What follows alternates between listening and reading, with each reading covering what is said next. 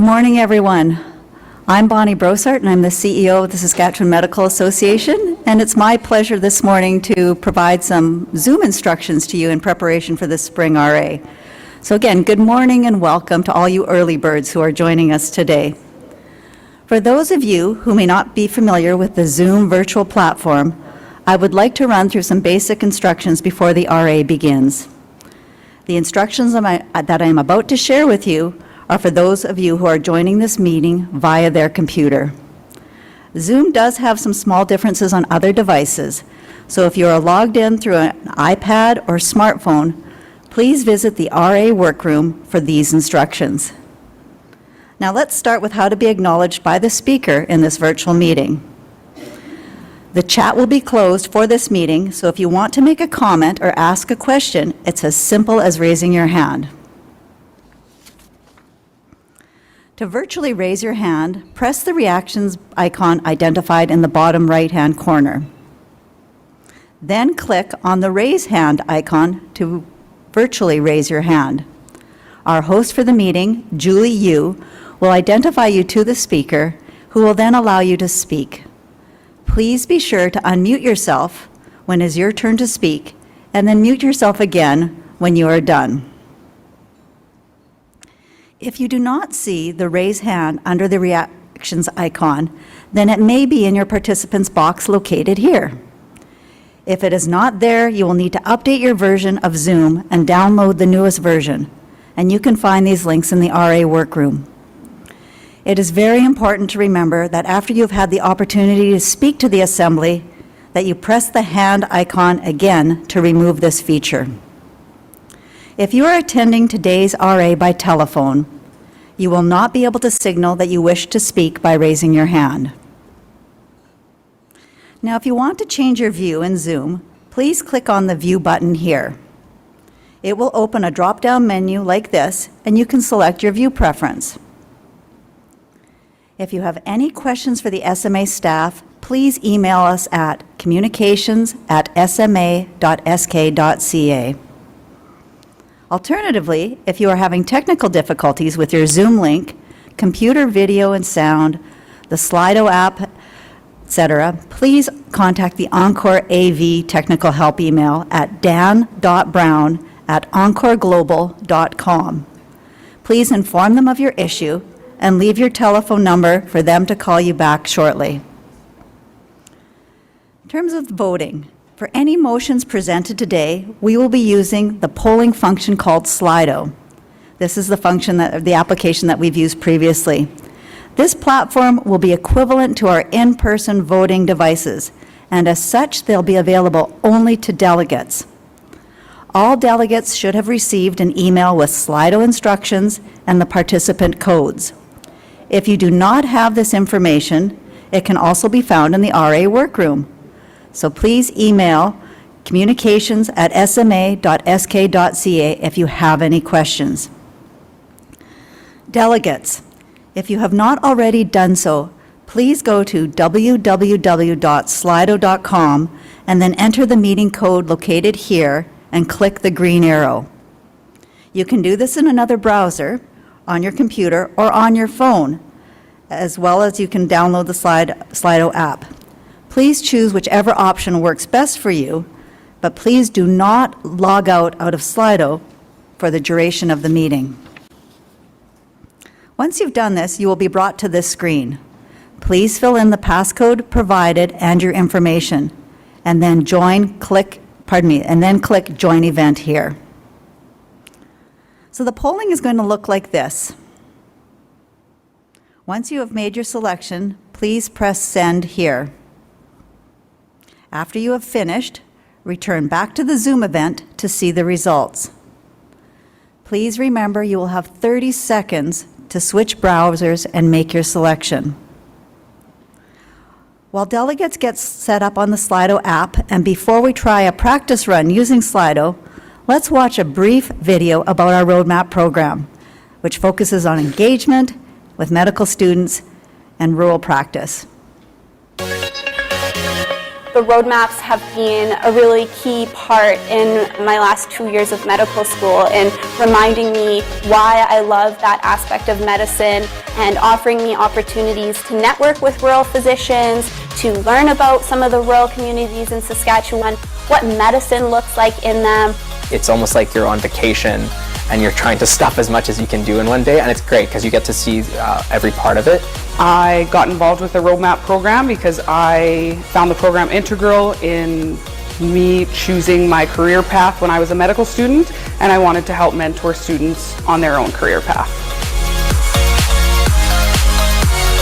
It does a really great job at merging not only the medical aspects of working in a community that's rural, but also the more personal, everyday life kind of aspects that can really help you understand what it might be like to live there in some capacity.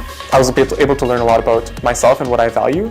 And I think if things like, for example, lifestyle, versatility, sense of community, I think I learned the importance of that in what I see in my future and how that's going to shape my decision for where I want to practice in the future.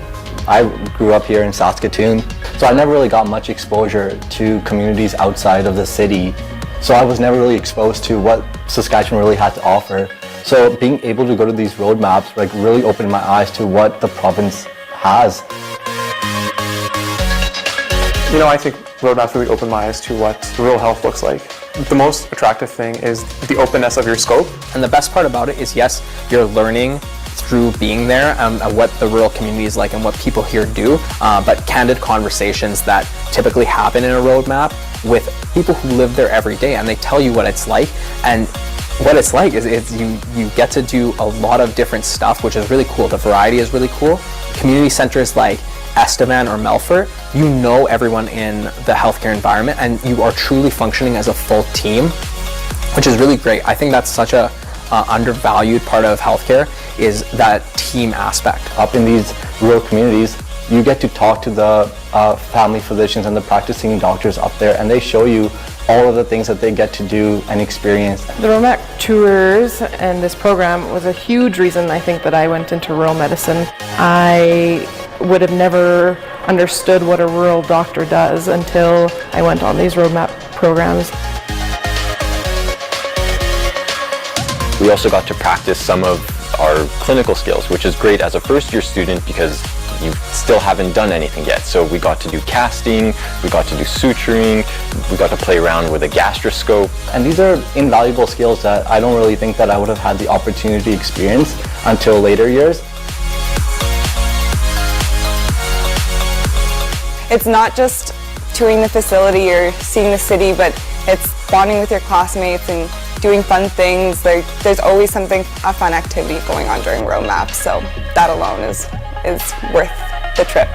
For me, at least, the most memorable part of roadmaps has been the relationships you get to forge, not just with your classmates, but also with the people inside of these communities. It served as a way of kind of breaking the ice, which is really useful as a first-year student where, there are 99 other people in the classroom and you're still trying to get an idea of who's who. One of the best things about roadmaps is that you have such a large group of unique people, because you don't always hang out with everyone in your class, but on this roadmap you do hang out with everyone. And the reason that it was really memorable for me is that's actually where Dr. Wilgenbush and myself met, and basically the rest is history. We have basically been best friends since, and we chose to go to community together and work rural medicine together, and I believe that the roadmap was a huge reason for that. So whether you're a first-year student, second-year student, or even someone who's already matched to family medicine, if you have an extra weekend, and I know you have an extra weekend because I've been where you've been and I did what you did, and I would encourage you to prioritize coming on a roadmap tour or even attending a roadmap appreciation event just to engage with rural physicians and rural community members and see what the province has to offer. Roadmaps rocks. Roadmaps rocks. Roadmaps rocks. Roadmap rocks. Roadmaps rocks. Roadmap rocks. Roadmap rocks.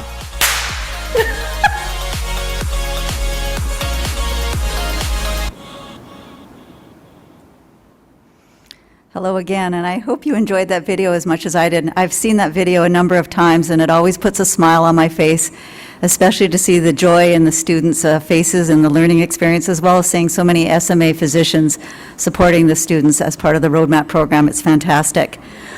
Okay, delegates, let's try a practice run for voting. Reminder, delegates, you need to open your Slido browser, and you will have 30 seconds to vote. I would like to open the polling now. The polling has begun.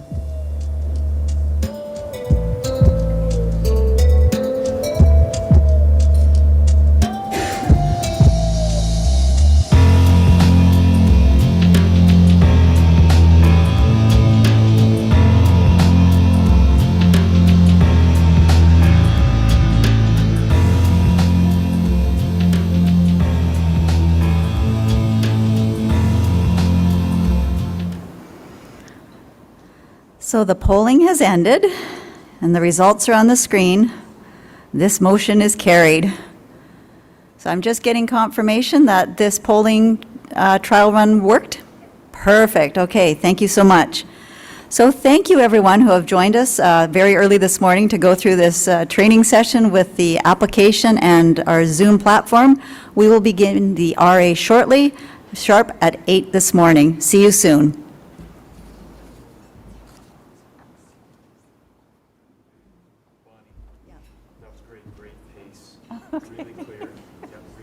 You know, that hazard I have with the pandemic, it was so much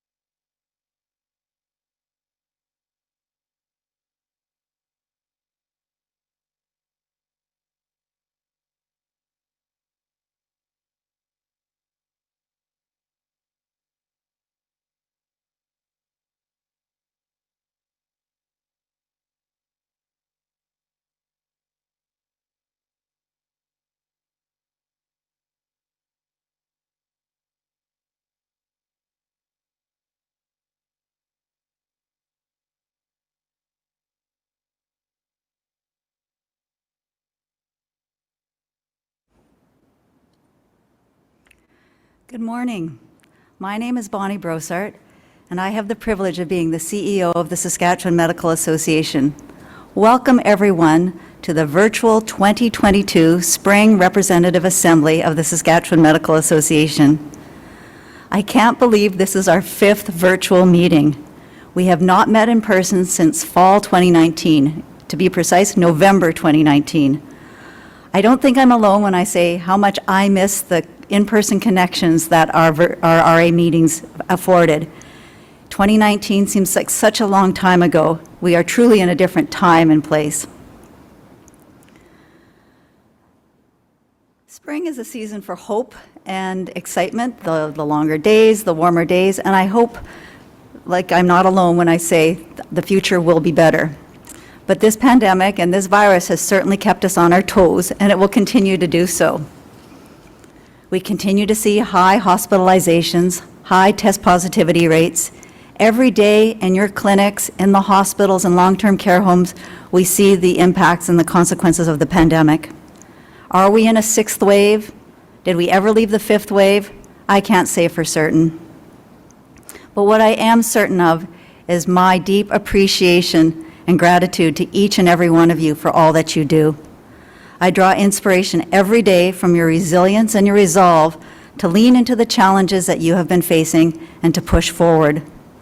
Words alone do not adequately convey my gratitude or the folks that I work with at the SMA for everything that you do to keep the people of Saskatchewan safe and healthy.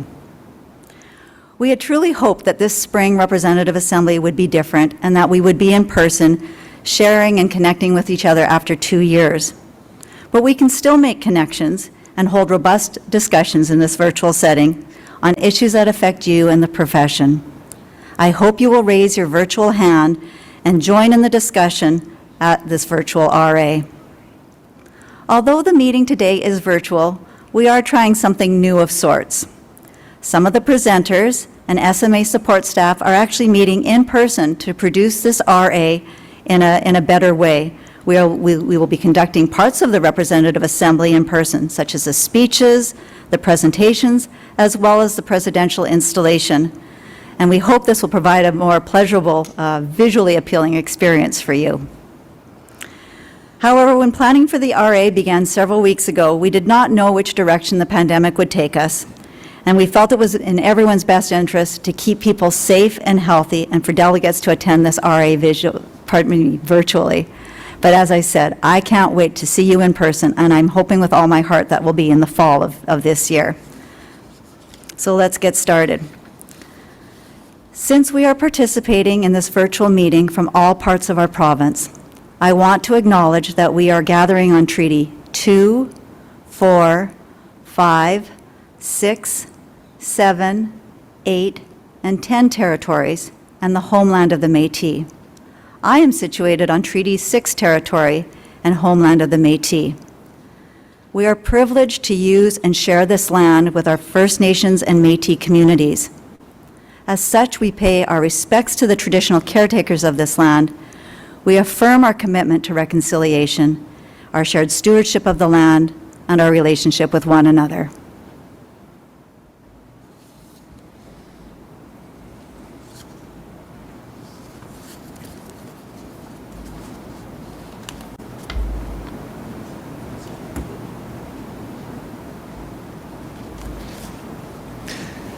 Good morning. I'm Dr. Kishore Visvanathan, Speaker for the Representative Assembly. I work as a urologist in Saskatoon and also serve as the chair of the SMA section of urology. For information, this virtual Zoom meeting is being recorded. Media has also been invited and may be in attendance. According to our registration numbers, we have 89 delegates attending this RA. That's a great number. From what I can see in terms of that registration, I would like to announce that we have quorum, and I will bring the meeting to order. Now for a few more housekeeping details. For any motions presented today, we will vote using the polling platform called Slido. The Slido platform will be equivalent to our in-person voting, and as such will be only available to delegates. All delegates should have received an email with Slido instructions and participant codes. If you do not have this information, it can also be found in the RA workroom or email communications@sma.sk.ca. If you are having technical difficulties with your Zoom link, computer video or sound, Slido, etc., please contact the Encore Audiovisuals Technical Help email at dan.brown@encoreglobal.com. Please inform them of your issue and leave your telephone number for them to call you back shortly. For SMA members who are not delegates, we still look forward to hearing from you. If you would like to speak during the assembly, signal your intent by raising your hand, as was demonstrated earlier at the Zoom tutorial. When you're given the floor, please introduce yourself and which medical staff association or section you represent before addressing the RA. Similarly, if you're a guest and would like to speak, signal your intent by raising your hand, wait to be acknowledged by the speaker, then identify yourself and request permission to address the RA from the speaker. Our final housekeeping item is a fun one. SMA staff will be drawing 7 names at the end of today. MD Financial will also be drawing for 3 prizes. Following the RA, we will mail out these door prizes to the lucky winners. The SMA's Representative Assembly meetings are conducted according to Robert's Rules of Order. The guiding principle is that business will be transacted in an orderly and expeditious manner so as to allow the will of the minority so as to allow the will of the majority while allowing the minority to be heard. The Representative Assembly Protocols and Procedures document is included in the RA workroom. New and seasoned delegates, I strongly encourage you to have this information at the ready, as it provides invaluable guidance and understanding about how we run our meeting. All delegates should have received an email regarding these special rules of order for our virtual RA. This information is also in the RA workroom. Before we can continue, these special rules of order must be adopted by the Assembly. Resolution number 1. Be it resolved that the Representative Assembly adopts the special rules of order for a virtual Representative Assembly. Moved by Dr. John Jevry, seconded by Dr. Eben Stridham. Is there any debate about this motion? If so, please raise your virtual hand on the Zoom platform.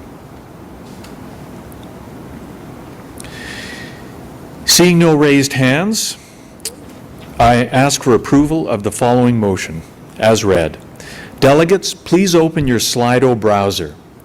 You will have 30 seconds to vote. I would like to open the polling now. Polling has begun.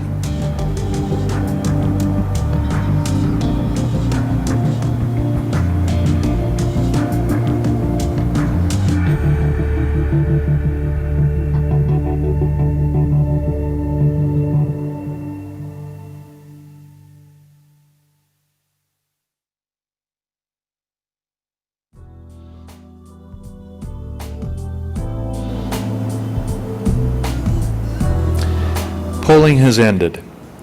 This motion is carried. Next, we need a motion to appoint the Resolutions Committee for the 2022 Spring RA. Please remember that only RA delegates are eligible to vote. Resolution number 2. Be it resolved that the Representative Assembly appoints Dr. Sanchit Bazin, Crystal Litwin, and Christine Ryan to the Resolutions Committee for the 2022 Spring Representative Assembly, moved by Dr. Geetan Chandran, seconded by Dr. Patrick Duffy. Is there any debate on this motion?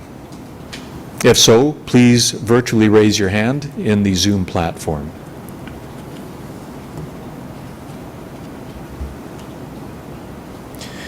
Seeing no hands raised, delegates, please open your Slido browser. And as a reminder, please keep your Slido browser open for the entire RA. You will have 30 seconds to vote. I would like to open the polling now. Polling has begun.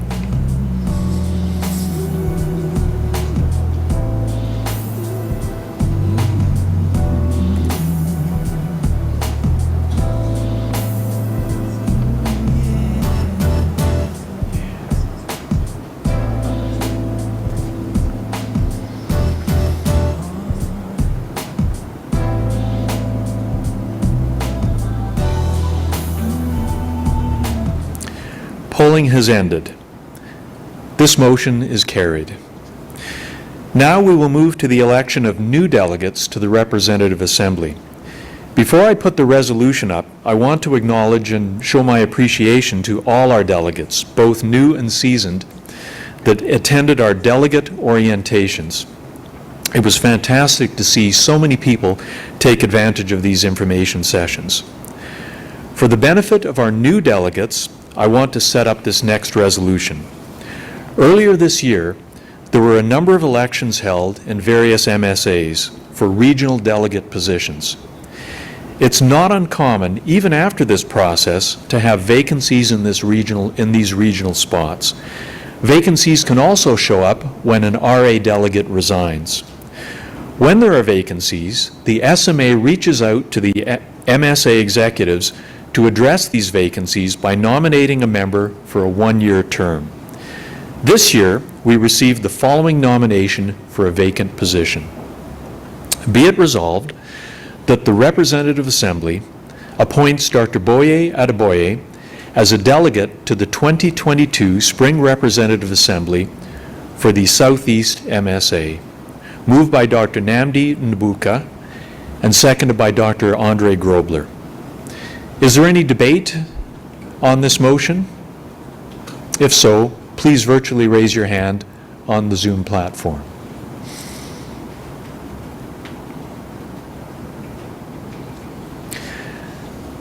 I see no hands raised, and given no further questions from the Assembly,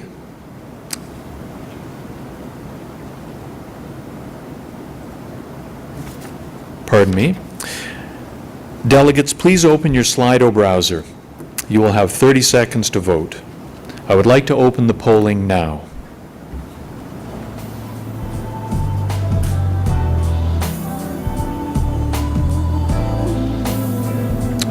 Polling is underway.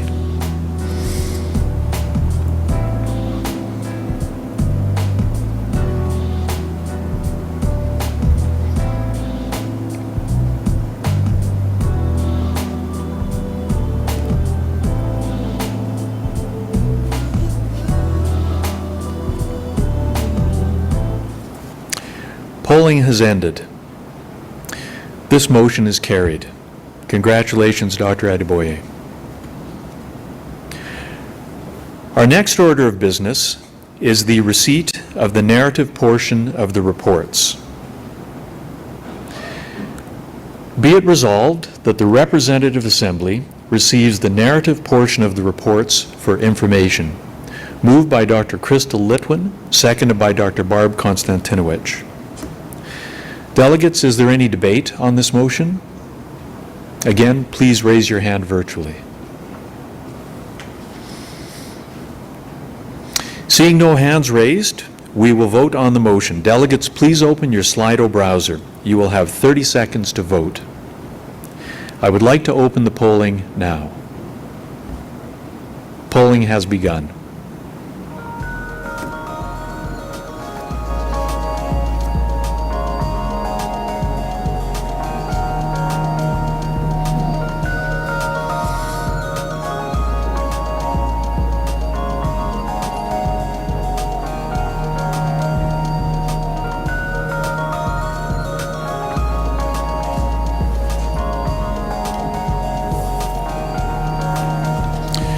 Polling has ended.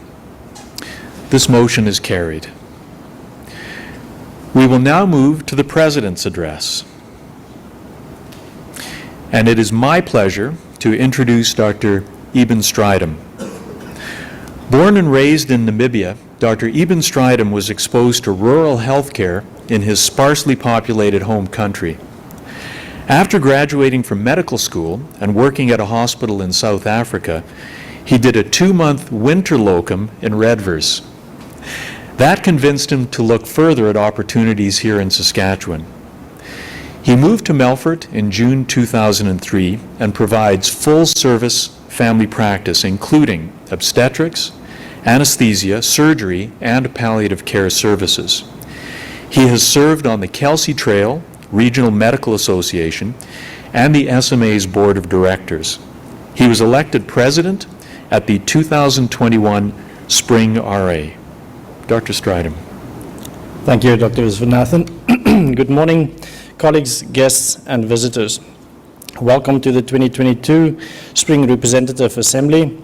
This is our 5th virtual RA, and I know we are all tired of virtual meetings, but the Board of Directors thought it prudent to have a virtual meeting given that the pandemic is not over yet. The decision to proceed with a one-day RA and annual general meeting was also guided by member feedback on virtual meeting fatigue. The annual general meeting is being held as part of today's activities. But before I begin my address, I'd like to propose a moment of silence for all of us to acknowledge the people who we've lost to COVID-19.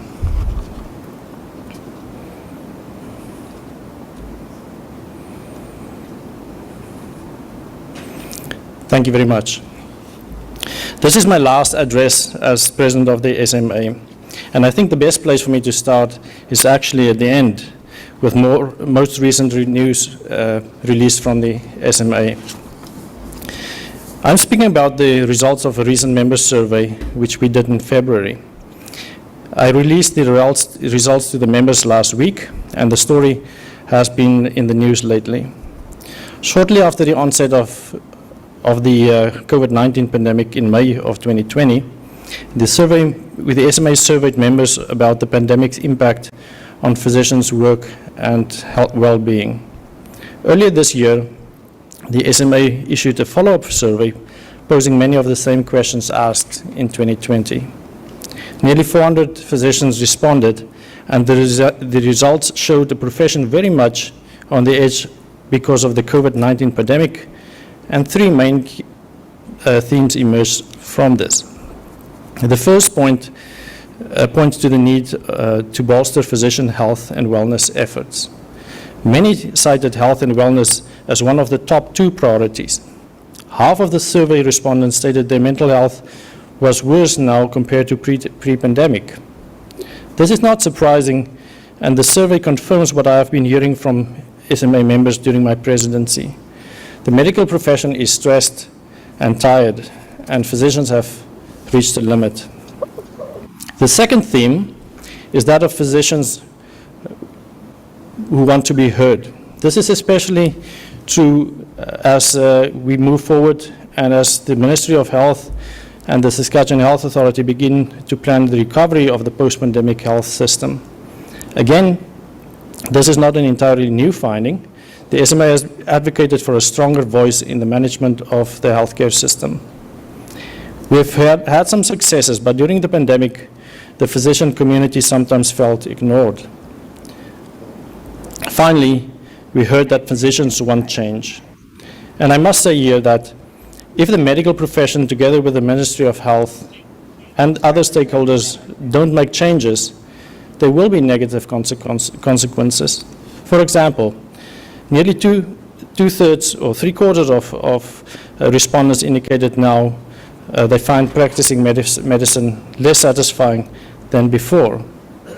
Physicians have also a more negative perspective on the fee-for-service model, a thing which is emerging not just in Saskatchewan but across the country, shows the need for the reform of primary care structures, compensation models, as well as approaches to recruitment and retention of physicians and other healthcare occupations.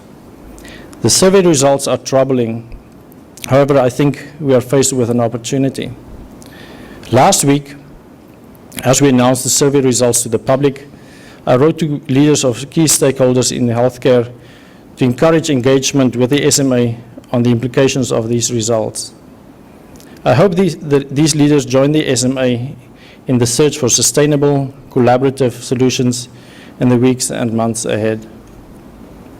The coming year will also be busy in other respects.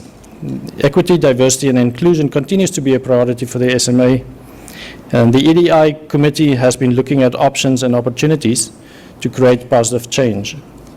Much of the EDI work is made possible through funding from Scotiabank, MD Financial, and the Canadian Medical Association as part of their Physician Wellness Plus initiative.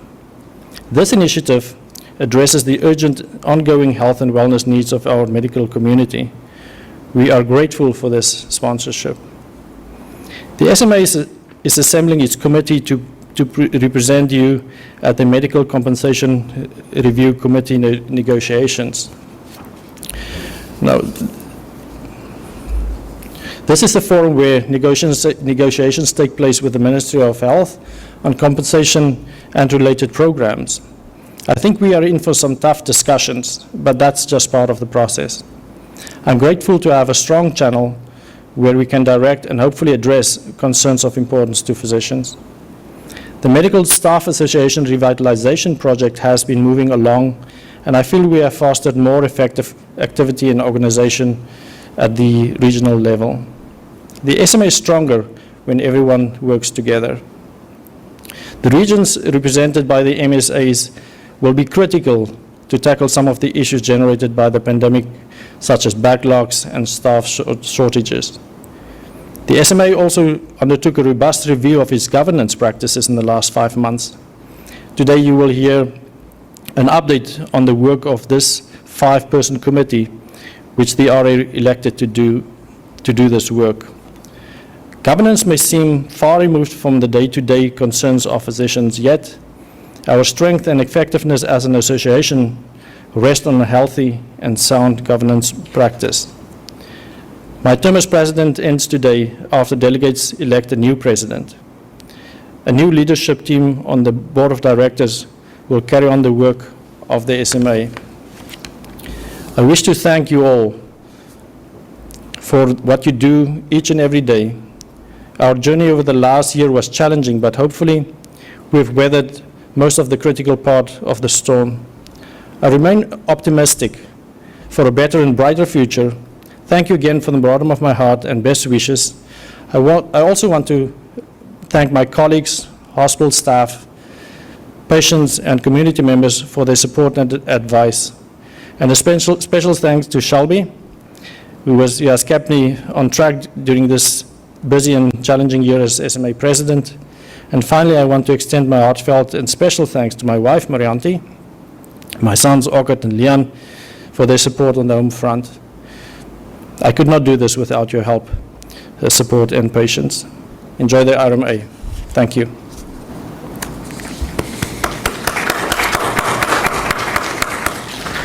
Thank you, Dr. Strydom, for your address. I would now like to ask Dr. Janet Shannon, Chair of the SMA Board, to present the SMA Board of Directors report to the Assembly. Dr. Shannon. Thank you, Kishore. Good morning, everyone. The board oversees the activities and strategy of the SMA between representative assemblies. You guys do a lot of the help at those two events. A detailed report of these activities is available in the RA package, and I'm not going to go through it at all, but you can contact the SMA at any time if you have any questions. But if there are any questions today, we will open it to those now.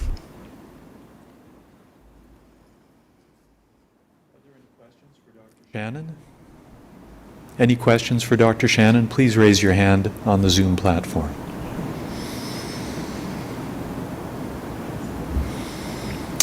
I see no hands raised. And so we will present a motion to accept this report. Be it resolved that the Representative Assembly approves the actions of the Saskatchewan Medical Association Board of Directors as reported. Moved by Dr. Eben Strydom, seconded by Dr. John Jeffrey. Is there any debate on this motion? If so, please raise your hand in the Zoom platform.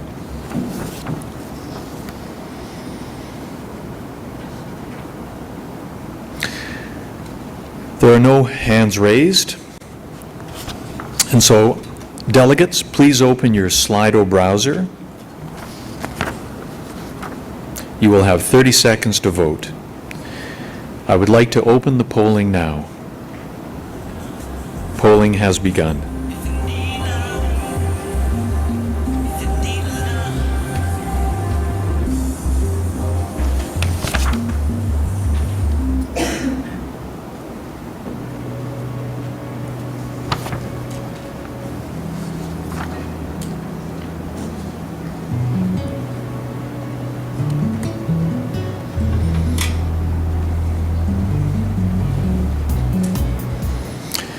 Polling has ended. This motion is carried.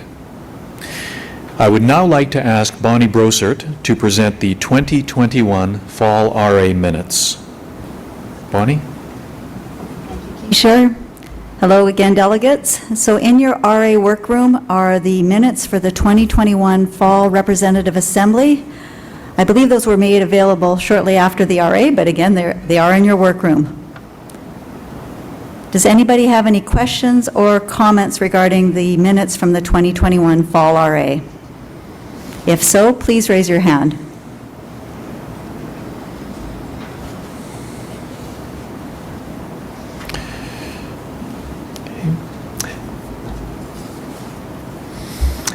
Given no questions, I ask for approval of the following motion.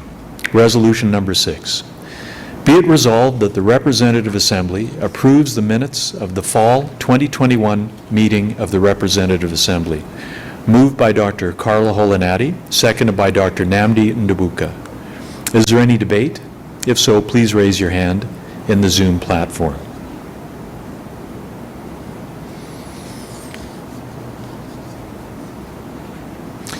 I see no raised hands, so delegates, please open your Slido browser. You will have 30 seconds to vote. I would like to open the polling now. Polling has begun.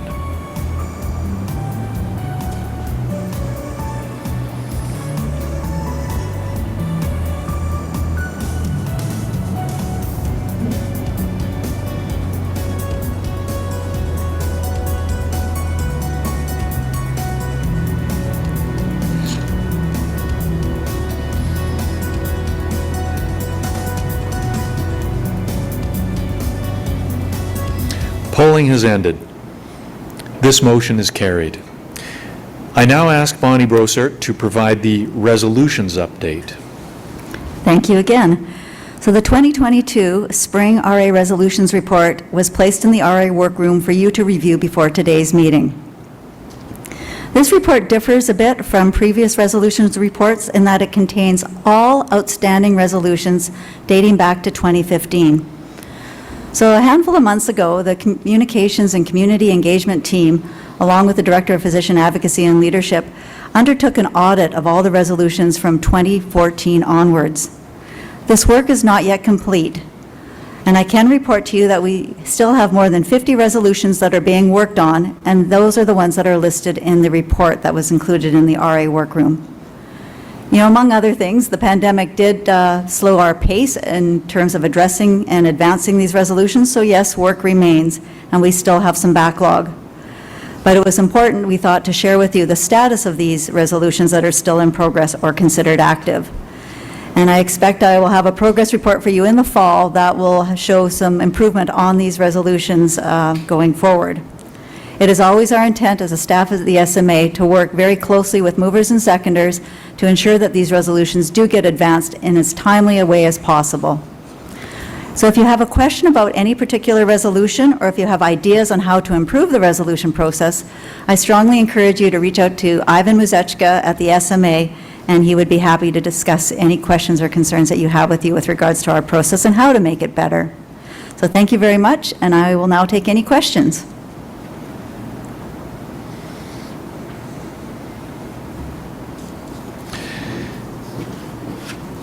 Seeing no questions, we will thank Bonnie and move on. I would now like to invite Dr. Barb Konstantinowicz, past president and chair of the nominating committee, to present the nominating committee's report. Barb? Thank you, Kishore. Good morning, everyone. As per SMA bylaws, the nominating committee is responsible for preparing a slate of nominees. I would like to share with the Assembly the process used for selecting nominees for vacant Board of Directors positions. The process begins several months prior to the Spring RA, with delegates being asked to submit an expression of interest with a brief CV. The nominating committee then reviews these expressions of interest and considers the knowledge, experience, as well as a number of aspects to ensure broad representation and diversity. I hope you were all able to read the nominating committee report. It can be found in the RA workroom. We were fortunate this year to have an abundance of delegates apply. Please note that Dr. Claire Kozorowski remains as an SMA board rep as her term is not up until 2023. As you can see on the screen, these are the board attributes matrix. I now present the slate of nominees for 2022-23 to the Assembly. President, Dr. John Jevery, respirologist from Saskatoon. Vice President, Dr. Annette Epp, gynecologist from Saskatoon. Honorary Treasurer, Dr. Andre Grobler, family physician, Prince Albert. We would also like to acknowledge Dr. Eben Stridham as a family physician from Melfort as a non-elected officer and past president of the SMA. Next, I would like to present the Board of Directors of the SMA. Dr. Pamela Arnold, Critical Care Associate from Regina. Dr. Gitan Chandran, Plastic Surgeon from Saskatoon. Dr. Patrick Duffy, Internal Medicine Specialist from Regina. Dr. Susan Hayton, Family Physician from Saskatoon. Dr. Carla Holanati, Family Physician from Saskatoon. Dr. Mohammed Mullah, Family Physician from Regina. Dr. Namdi Nabuka, Public Health and Preventive Medicine Physician based in Prince Albert, and Dr. Runa Sinha, Pediatrician from Saskatoon. For Speaker of the SMA, Dr. Kishore Visvanathan, Urologist from Saskatoon. You will note that the Deputy Speaker position is vacant. We did not receive any applications for Deputy Speaker. We will be accepting nominations from the floor later today. If we do not receive any nominations today, we will repost this position before the fall RA. The nominating committee itself has had some vacancies. We had posted 3 positions, and the nominating committee chose Dr. Sarah Miller, General Surgeon from Regina, and Dr. Naeem Parvez, neonatologist from Regina. 1 position is currently vacant, and we will be accepting nominations from the floor later today. If we do not receive any nominations today, we will be reposting this position before the fall RA. In keeping with our standard RA practice, this slate of nominees will be brought forward for elections later in the agenda. At that time, delegates will be able to bring nominations from the floor. Thank you. Thank you, Barb. I would now like to invite, I'm sorry, there is a question. I'll invite Barb back. Who's the question from, please? We had 2 hands raised, one from Dr. Lettingham from Regina, followed by Dr. Trivedi. Sorry, give me the first name again. Dr. Lettingham. Dr. Lettingham, good morning. Would you unmute yourself and go ahead, please? Thank you. Well, actually, I think thank you, Dr. Speaker. I think Dr. Martinovich actually answered my question, so we can nominate from the floor this noon. I'm correct in that? That's correct. Okay. Thank you. Great, thank you. Dr. Trivedi? Thank you very much. And next we'll take the question from Dr. Trivedi, please.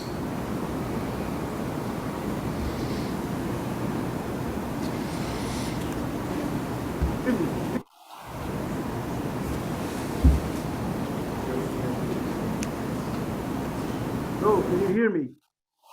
Yes, thank you, Dr. Trivedi. We I can. got the same answer. I think I'm saying it. Dr. Trivedi, sorry, I'll have to ask you to maybe lean into your mic and speak up. Okay, can you hear me now? That's a little better. Please go ahead. Yeah, I have got the same answer. The same thing I was seeking is Dr. Ledingham. We will nominate from the floor before the election in the afternoon. Thank you. Barb, did you hear that okay? Yes, that's correct. If there are nominations from the floor, they will be able to come forward during the elections. Thanks, Dr. Ledingham. That will be this afternoon. And Dr. Trivedi. Do we see any other hands raised? Great, thank you for those questions. I would now like to invite Dr. Annette Epp, Honorary Treasurer, to present the Finance Committee report. Annette?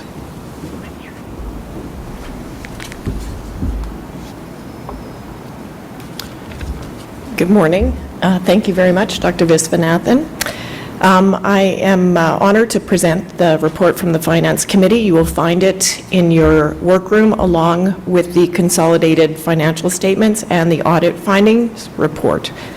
So this is for the period that's ending December 31st, 2021. And our committee met on 2 occasions since that time, in January and in April. And in April, we met both with the accountants from KPMG, and I'm happy to report that we received a clean audit for our consolidated financial statements. We also met with Mackenzie Investments and reviewed the investment portfolio, their strategy, and the committee was satisfied with the results. At year-end 2021, the SMA has a $1.2 million surplus, and this is mainly due to our portfolio performance as well as the fact that there have been reduced, sadly, in-person meetings and therefore reduced costs. There's a little kind of graph in your package that outlines a couple of things that I want to highlight, 2 major areas. One is that there was a $15 million disbursement of the retroactive fee for service payments that had been undistributed until this time, and that occurred early in the new year. Second is that there was earmarking and disbursement of the accumulated program funds that are kind of co-owned by Ministry of Health and the SMA and require approval from both parties in order to go ahead with the programming. And this includes an extra $1.56 million for the PPE benefits, which have been ongoing and have another $4.1 million in there, plus the self-isolation benefit, which I understand many people have applied for, and we're very thankful to have that. Virtual care codes, and then the new physician mentorship program, and that was earmarked for $1.4 million. That's kind of my general summary, and as I said, the details are in the workroom in the information that you received, and I'm happy to take any questions. Does anyone have any questions or comments for Dr. Epp? If so, please raise your hand virtually on the Zoom platform. There are some questions. Who's the first person for a question, please? We have one question from Dr. Pillay. Dr. Pillay, good morning. Good morning, SMA team. Thank you, Dr. Visvanathan. Thank you, Dr. Epp, for that report.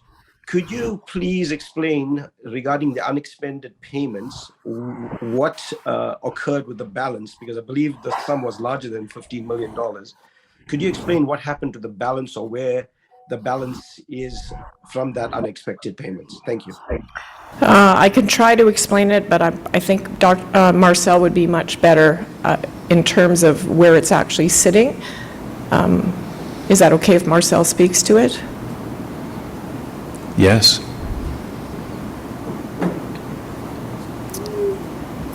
Is Marcel available? Just give us a moment, please, Dr. Pillay. I'm sorry, he'll just put it much more eloquently and much more succinctly. Can you hear me? There we are. Thanks, Marcel. Did you hear the question okay? I did. Please go ahead.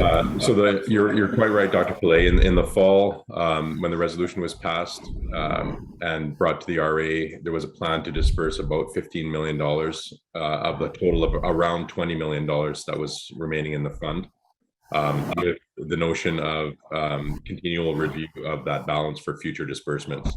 So on the balance sheet that was in the workroom, you'll note that there's a line on the current liabilities called unexpended payments, and there's a balance of $5,098,931 still in that fund for future disbursements. And I just want to add a comment that there was a commitment that this would be looked at regularly, and if there was, accumulation of significant funds, that this would again be planned to be dispersed or utilized in a way that was acceptable to the RA.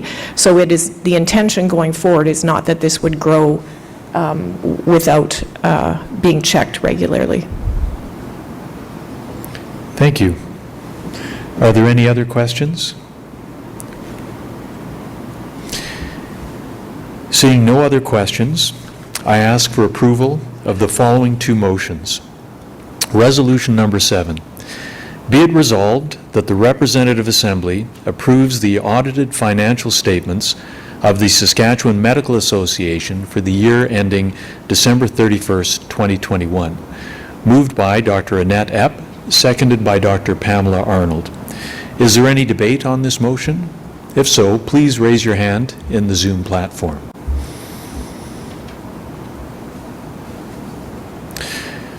No hands are raised.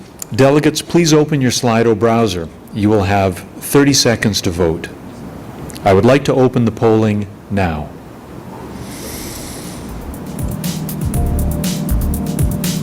Polling has begun.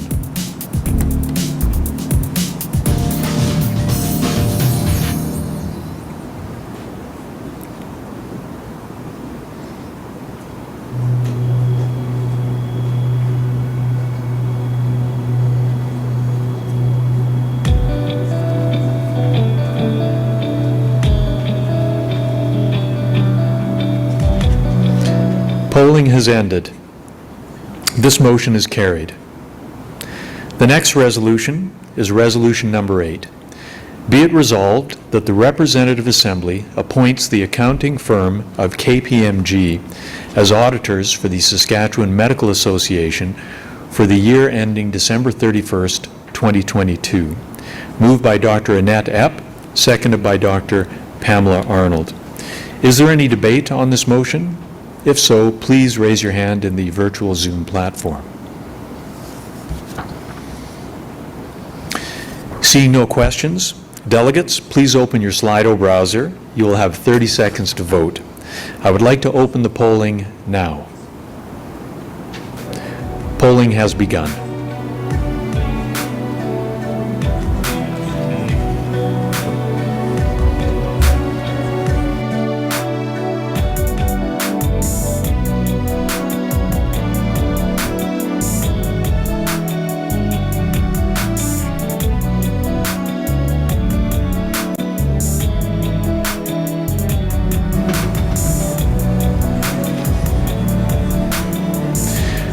Polling has ended. This motion is carried. Thanks, Dr. Epp. The next item on our agenda is something that you will all be very much looking forward to, an address by the ministers. That's scheduled for 9 o'clock, and so we're a little bit ahead of schedule. We'll take a 5-minute break. Please don't go too far from your browsers, because in 5 minutes, even if it is not 9 o'clock, if the ministers are ready to join us virtually, we will begin with the minister's address. So we'll see you in 5 minutes.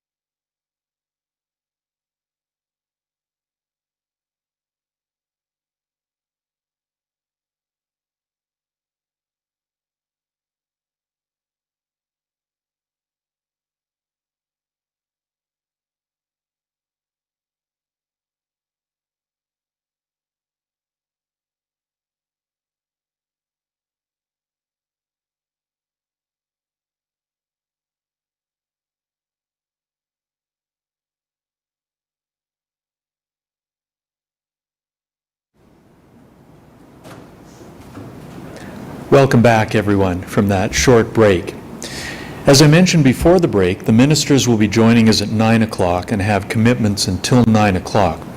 We'll take advantage of that found time to move ahead with delegate resolutions because we have quite a full slate of resolutions. The first delegate resolution that we will present is resolution number 11 in your package. The resolution reads, "Be it resolved that the Saskatchewan Medical Association work with sections and the Saskatchewan Health Authority to ensure every physician provider has the ability to order the appropriate diagnostic tests on behalf of their patients." Moved by Dr. Barb Konstantinowicz, seconded by Dr. Carla Holinati. I invite Dr. Konstantinowicz as the mover to speak to this motion. Barb? Thank you, Dr. Visvanathan. As many of the physicians in the Regina Coppell area, previous region, know, back in 2010, the section of, or the Department of Family Practice worked with the Department of Radiology in order to obtain physicians access to specific diagnostics, MRIs and CTs. We have been fortunate in Regina to continue on that great relationship that we have with our radiology colleagues. It is unfortunate that this is not equal across the province, and it is not accessible for every patient across the province.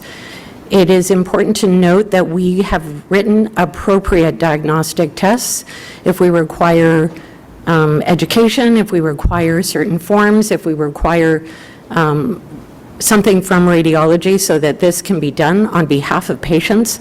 I would request that the RA consider this as a very important resolution for both the patients and the providers of the province. Thank you. Thank you. Is there any debate on this motion? If so, please raise your hand in the virtual Zoom platform.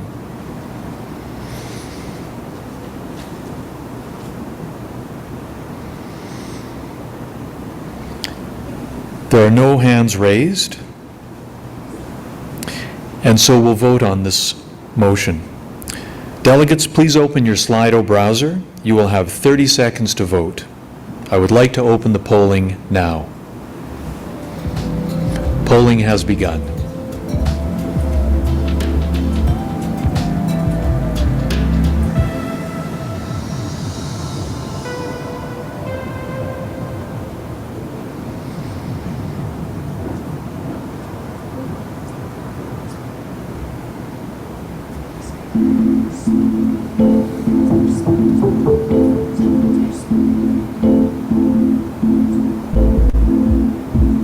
Polling has ended. This motion is carried. The next resolution, resolution number 12, reads, "Be it resolved that the Saskatchewan Medical Association work with the Ministry of Health, Health Quality Council, and other agencies to allow the submission of all International Classification of Diseases, or ICD codes, dealt with, managed during each patient encounter." Moved by Dr. Barb Konstantinowicz, seconded by Dr. Carla Holinati. Barb, would you like to speak to this motion? I would, thank you. So in 1975, just a bit of history here, ICD-9 code came into effect. In January of 2022, ICD-11 is now the standard. We do not know how many conditions we manage or what conditions can be linked together because we only declare one ICD code per billing at a patient encounter. This is important information for the people of Saskatchewan in order to know what pathways we may need to create for the patients, and how to link our specialist colleagues together with patients who have multiple ICD codes. So I request that we work together and improve this process. Thank you. Thank you. Is there any other debate on this motion? If so, please raise your hand in the virtual Zoom platform. There are some questions about this motion. Who's first to speak, please? Or who's next to speak, please? And I should, before we take this next speaker, I should point out that you'll see a 2-minute timer in your window. You'll have 2 minutes to speak, so please watch that timer. Who's first, please? We have Dr. Garcia from Southwest and Dr. Holinati from Saskatoon following, and then Dr. Kinlock. We have 3 hands. Give me the last name, please. Dr. Garcia, Dr. Holinati, and then followed by Dr. Kinlock. Great. Dr. Garcia, good morning. Please go ahead.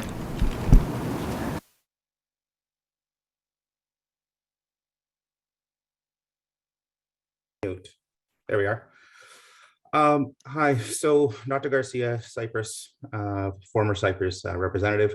My question is this going to speak to updating the ability of the SHA and the quality councils and the Ministry of Health to accepting the ICD-11? As of right now, for example, if I was to submit somebody with a low libido concern, I have to mark it as a sexual deviation as per ICD-9 code, which is grossly inaccurate. So I'm not sure if this is going to include that update, as well as the ability to mark multiple codes for visits, and if that's the goal of this resolution. That's a question for information. Can you address that? Dr. Garcia, there is a follow-up resolution coming up that will speak to that, to ask for an update of the system to the ICD-11 code. But this one is because we never know how many conditions physicians deal with. So just because somebody has come to see a specialist or a family physician for problem X, they may also present with problem A, B, and C, and we have no way of collecting that data and that information, which I think is very important for the province. Thank you. Thank you. Dr. Holinati, good morning. Hi, good morning. So obviously I'm the seconder on this motion, and I just wanted to elaborate a little bit that I think that by only allowing physicians to submit a single ICD code per bill, we're really missing out on a lot of really important data in this province in terms of the complexity of disease and the burden of disease, as well as the complexity of care that is being provided in multiple different locations. And so this is a motion that came through the section of family practice that was approved by the section, because we recognize that the data that we have and that the government uses to judge the type of care or the level of complexity of care that is being provided is not close to being accurate. So I just wanted to provide a little bit of extra information. Thank you. Thank you. Dr. Kinlock. Good morning.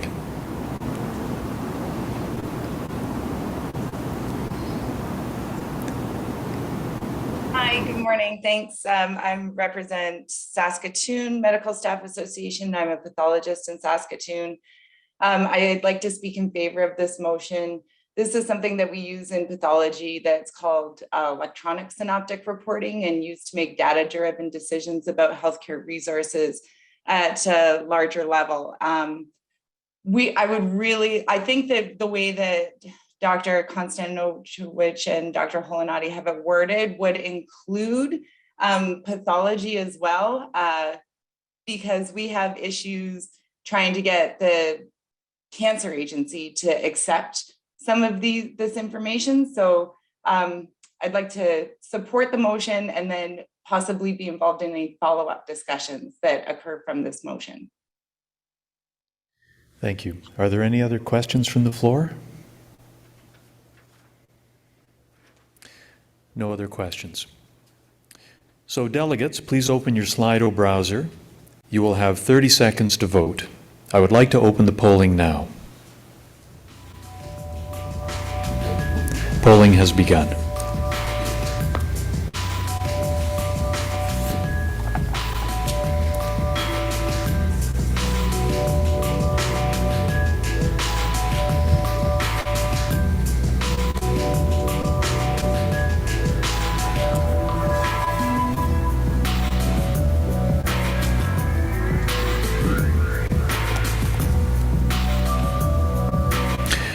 Polling has ended.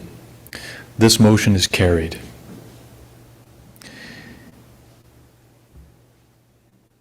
We are now grateful to welcome the ministers for their address. And Dr. Eben Strydom, I will ask you to introduce Minister of Health, the Honorable Paul Merriman, and Minister of Mental Health and Addictions, Seniors, and Rural and Remote Health, Honorable Everett Hindley. Dr. Strydom. Thank you, Dr. Viswanathan. It is now my pleasure to introduce to the RA two ministers from the Government of Saskatchewan. They are attending today. First Minister of Health, Paul Merriman. He was first elected to the Saskatchewan legislature in 2011, and he was re-elected in 2016.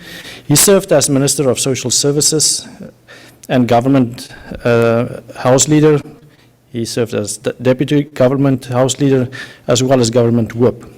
On November 9, 2020, Premier Scott Moe appointed him as Minister of Health. The Minister of Mental Health, Addictions, Seniors and Rural and Remote Health, Everett Hindley. Mr. Everett Hindley was first elected as the MLA for Swift Current in the 2018 by-election, and he was re-elected in 2020 in the provincial election. Upon the Saskatchewan Party's election as government in 2007, Minister Hindley served as the Executive Assistant to the Premier, and in November of 2020, Premier Scott Moe appointed him as Minister of Mental Health and Addictions, Seniors and Rural and Remote Health. Welcome, Ministers, to the Representative Assembly. Thank you very much, Dr. Strydom. I'm very pleased to join you with Minister Hindley today and all of the delegates that are here today, addressing what we have in our province as far as our healthcare concerns. I want to start by expressing my sincere gratitude to all of you for your incredible efforts and hard work during what has been a very challenging year. As physicians, you are at the forefront, and we continue to manage COVID-19 and take steps to recover our healthcare system from the last 2 years. I want to acknowledge the fatigue and the frustration that many of you are feeling with the continued demands in a constantly changing environment. On behalf of Premier Scott Moe and the government of Saskatchewan and myself as a community member and as a citizen, I want to say thank you for everything that you've done over the last 2 years. As we focus on the pandemic over the last 2 years, it strained our resources and limited our ability to deliver adequate level of services in other areas like surgery. With vaccinations available and treatments, we now can start to move ahead to address other demands while we continue to learn to live with COVID. I'm pleased that Saskatchewan is getting back on track with a much improved financial picture and a plan to tackle important priorities, including those affecting our healthcare system. This year's provincial budget makes the largest investment in Saskatchewan history. It provides substantial funding for health programs and services, acute and emergency care, mental health and addiction supports, and key infrastructure projects. Our goal is to start by addressing pressing issues and get our healthcare system back on track for the future. I will speak to some of the priorities that are more relevant to physicians. Both Minister Hindley and I are well aware of the conversations that we've had with our healthcare providers and our healthcare system community leaders, that recruitment and retention is top of mind. We recognize the people who deliver the patient care are the foundation of our healthcare service. We have dedicated, compassionate health professionals like you in the province who have worked very hard and made sacrifices over the last couple of years. We know resources are strained, there is fatigue, and we want to support you the best we can. We have a 4-point plan to address the health human resource needs and restore and maintain health services in Saskatchewan. This plan includes the creation of a new recruitment crown agency, international recruitment, training seats for physicians and nurses, a retention program, and incentives for key positions. On the first point, planning has begun to establish a new independent agency dedicated to the recruitment and retention of healthcare professionals. The Saskatchewan, the Saskatchewan Healthcare Recruitment Agency, the SHRA, will help attract the best and brightest to join our friendly, welcoming communities. We will actively recruit across the province, around the country, and overseas. This agency will closely collaborate with healthcare employers and communities to address short-term needs while finding long-term solutions, especially to the challenges of rural communities. The second part of our plan is an international recruitment to support the budget and includes $1.5 million in one-time funding for recruitment incentives. This is part of a recruitment mission to the Philippines to attract qualified candidates and hard-to-fill critical sector positions. Excuse me. The Ministry of Health is working with the Ministry of Immigration and Career Training, as well as the Ministry of Advanced Education on this initiative. The goal for the first phase is to recruit 150 healthcare professionals into Saskatchewan this year, with the second phase to follow. The third part of our plan is to train more healthcare professionals here in the province. New funding in this year's budget will increase the number of specialty family medicine and nurse training seats. Our new family medicine training seats will be added to the Southeast Saskatchewan through the distributed medical education for a total of 52 seats across the province. We have a strong retention rate over the past 5 years, with 84% of family residency graduates who were trained in rural and regional sites remained in our province. Also, the College of Medicine will add 4 new training seats for post-grad residency training targeted for priority specialty areas, physician specialty areas. We will have a total of 128 seats, including the new Southeast Family Medicine seats. The number of post-secondary seats for nurses will expand by 150. The fourth part of our plan is to attract and retain specialists and physicians in expanding intake for programs like SIPA and enhanced rural practice incentives for physicians. Minister Hindley will touch more on that in a minute. In addition, this budget provides an increase of $5.2 million for funding for new physician contracts to help out with recruitment. We trust that all of these efforts will help to address the demand for additional healthcare professionals to meet the needs of Saskatchewan patients and communities. One other important area that we're working to get back on track is surgeries. An additional $21.6 million in the budget is specifically dedicated to reduce the surgical wait list by supporting thousands of additional procedures in the upcoming fiscal year. By prioritizing surgeries and setting aggressive, achievable goals, Saskatchewan will deliver the largest volume of surgical procedures in the history of the province this year. The goal is to reach a surgical volume of 97,000 procedures in 22-23. This investment marks the start of a 3-year plan to eliminate the COVID-related surgical backlog and return to pre-COVID wait times by the end of March 2025. Our government is also committed to getting emergency medical services back on track. We will address critical areas of need with a dedicated focus on rural and remote and northern communities. Minister Hindley will again touch on that in a minute. I want to touch on virtual care, another important area that has come to the forefront during the pandemic. Saskatchewan has quickly adopted new ways to safely connect patients to their doctors and other healthcare professionals without leaving their home through virtual care. Our residents have had millions of virtual care appointments over the past 2 years. This spring, we asked patients and healthcare workers about their experience with virtual care. I hope many of you are taking the opportunity to participate in that public engagement. The information that we will gather will use to develop a long-term provincial strategy around the future of virtual care, and your input on this is extremely important. As we continue to live with COVID-19, significant dollars have been allocated for COVID-19 response and recovery measures. This year's budget provides $95 million to sustain the ongoing COVID-19 response and continue protecting Saskatchewan people. This funding will cover PPE supplies, vaccination, infection prevention in long-term care homes, and temporary acute care beds in Regina and Saskatoon. In closing, I want to reiterate how much I personally and the entire government appreciate the efforts that has been provided to us for the long haul in the last 2 years. While COVID is still with us and will likely continue to be so in the foreseeable future, I feel we've learned a lot together and we're better equipped to move forward. We still have a long road ahead, but I'm optimistic for the future and I look forward to seeing the results.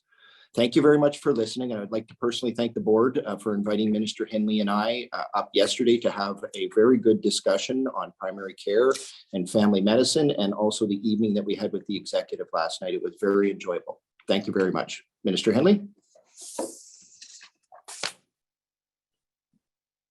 Thanks, Minister Merriman, and good morning to everyone. Good to see some familiar faces on here once again, including some from back home in Swift Current as well. And I'd like to extend my sincere thanks to everyone who's here today and for everything that you've done for our healthcare system over the past couple of years in particular, but throughout the years here in our province. As Minister Merriman talked about, there's a number of significant investments in this year's budget and some important programs and services for our residents that we're hoping to strengthen and help support our healthcare workforce. He spoke about some of those priority areas, and I'll touch on a few of the other ones, including rural and remote health, mental health and addictions, and also seniors, which are also all parts of my portfolio. Under the area of recruitment and retention for rural and remote areas, there are a number of initiatives with a dedicated focus on these parts of Saskatchewan to address some of the challenges that communities are facing. And as Minister Merriman noted, the new Saskatchewan Healthcare Recruitment Agency will be responsible for recruiting not just physicians, but also nurses and other high priority health professionals that are needed across this province, with a specific focus on communities where there are shortages that are currently causing some of the temporary disruptions to services. We know that this is an important area, not just to be successfully recruiting healthcare professionals by offering the right incentives, but it's also important to try to make sure we're doing a better job of retaining healthcare professionals. And I think that new agency will play an important role in helping these newly recruited health professionals integrate into communities across Saskatchewan. Minister Merriman and myself both recently attended the SUMA and SARM conventions, where our engagement with community leaders was very helpful. The first time in a couple of years we've been able to do it in person. We had the opportunity to hear their perspectives, both at the Bear Pits, but also in separate dialogue sessions, and to talk a bit about their role in liaising with the communities, between government and communities, as we try to solve some of these challenges together. And another important part of our 4-point plan regarding rural and remote healthcare in Saskatchewan is increasing the number of internationally trained family physicians. We're providing some additional funding to the SIPA program to expand intake and also provide further support. The number of SIPA seats will increase by 25% from 36 seats to 45 seats annually. And due to the success of SIPA, there are currently 257 additional physicians practicing in the province, with the vast majority of them, roughly 78%, in rural or regional communities. There will also be enhanced support for physicians following their SIPA participation, as well as resources and mentorship as well for these physicians as they establish practices in a variety of communities. In addition to the SIPA program, we also know that it's important that we have a strong focus on training and retaining homegrown physicians, those that are born and raised in Saskatchewan, and making sure that we can incorporate them into our communities as well. The Rural Physician Incentive Program will also receive additional funding to make changes to better retain physicians in our rural communities. Health system partners will be engaged to help determine the most effective improvements.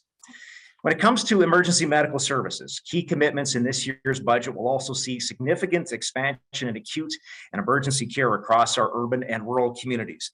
A funding increase of nearly $11 million will help stabilize emergency medical services, particularly in rural and remote areas, through several different initiatives.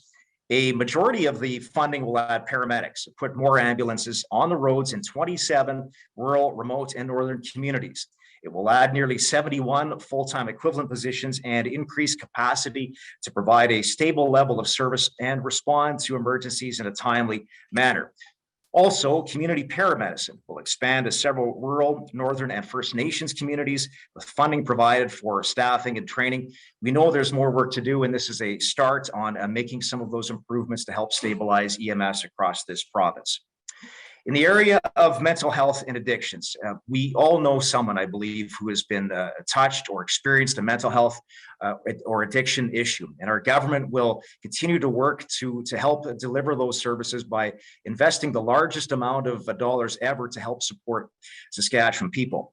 This area of focus will receive a significant increase of $8 million for targeted initiatives, provide counseling and treatments, reduce harms associated with substance use, and advance proactive prevention measures, particularly for kids and youth.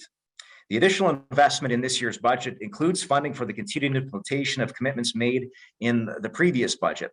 We'll get back on track launching new harm reduction initiatives that were delayed by COVID-19 supply chain related issues and some of the other challenges.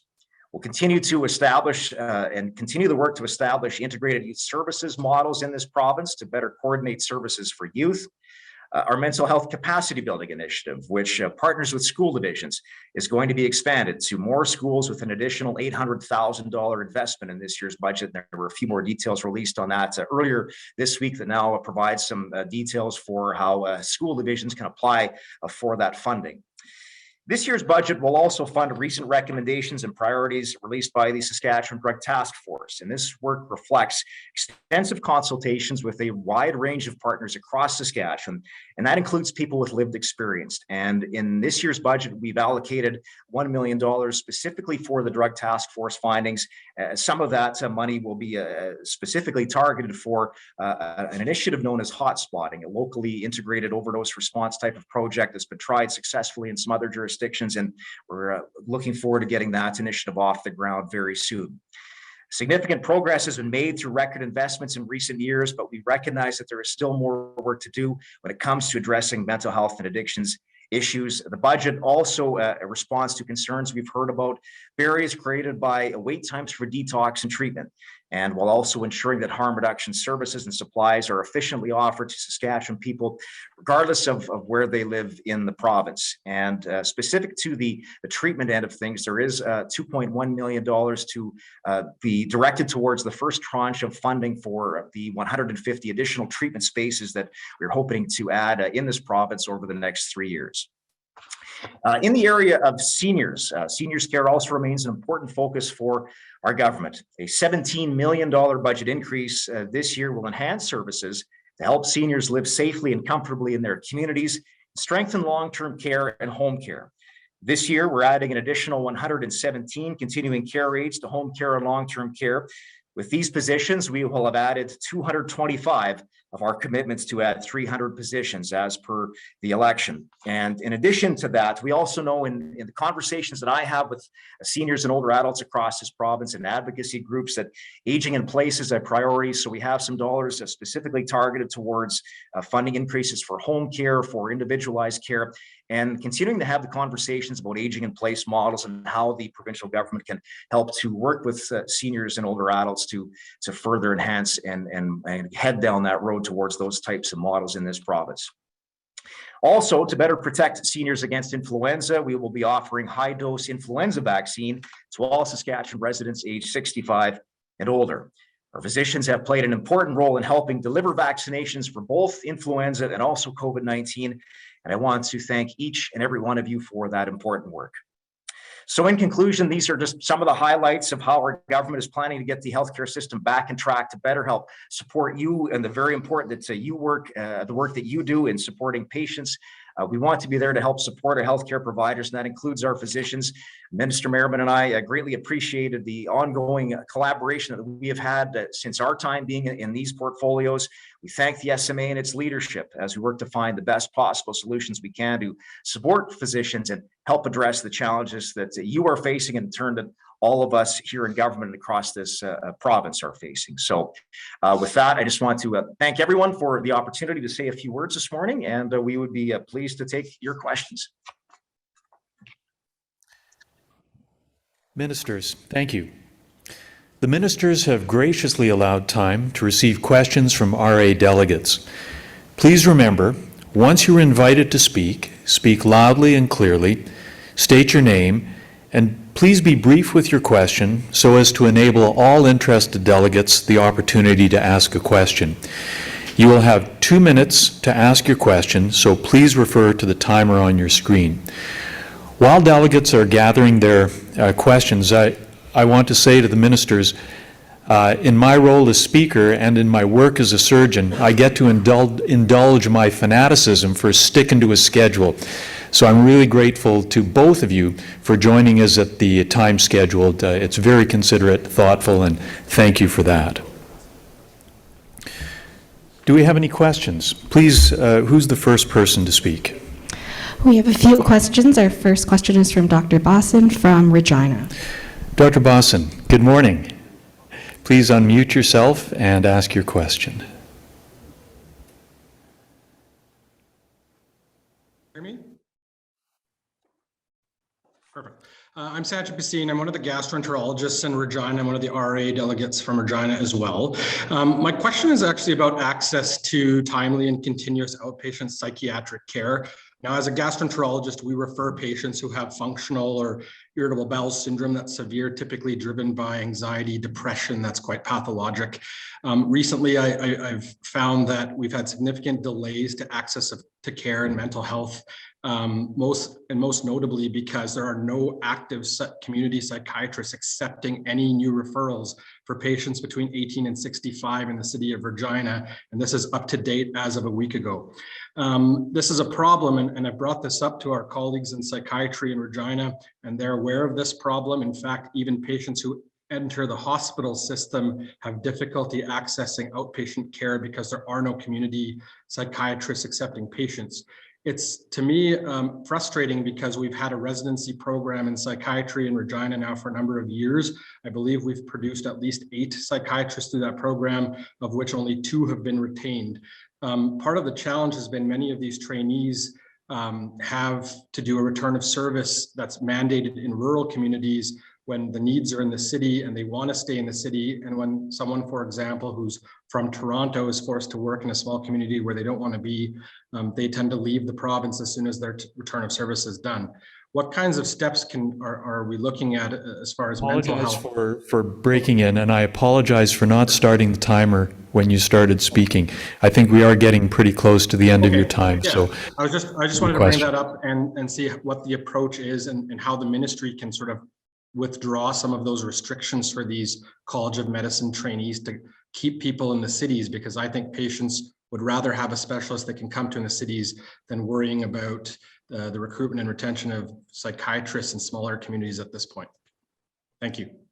thank you. Ministers, who would tackle that?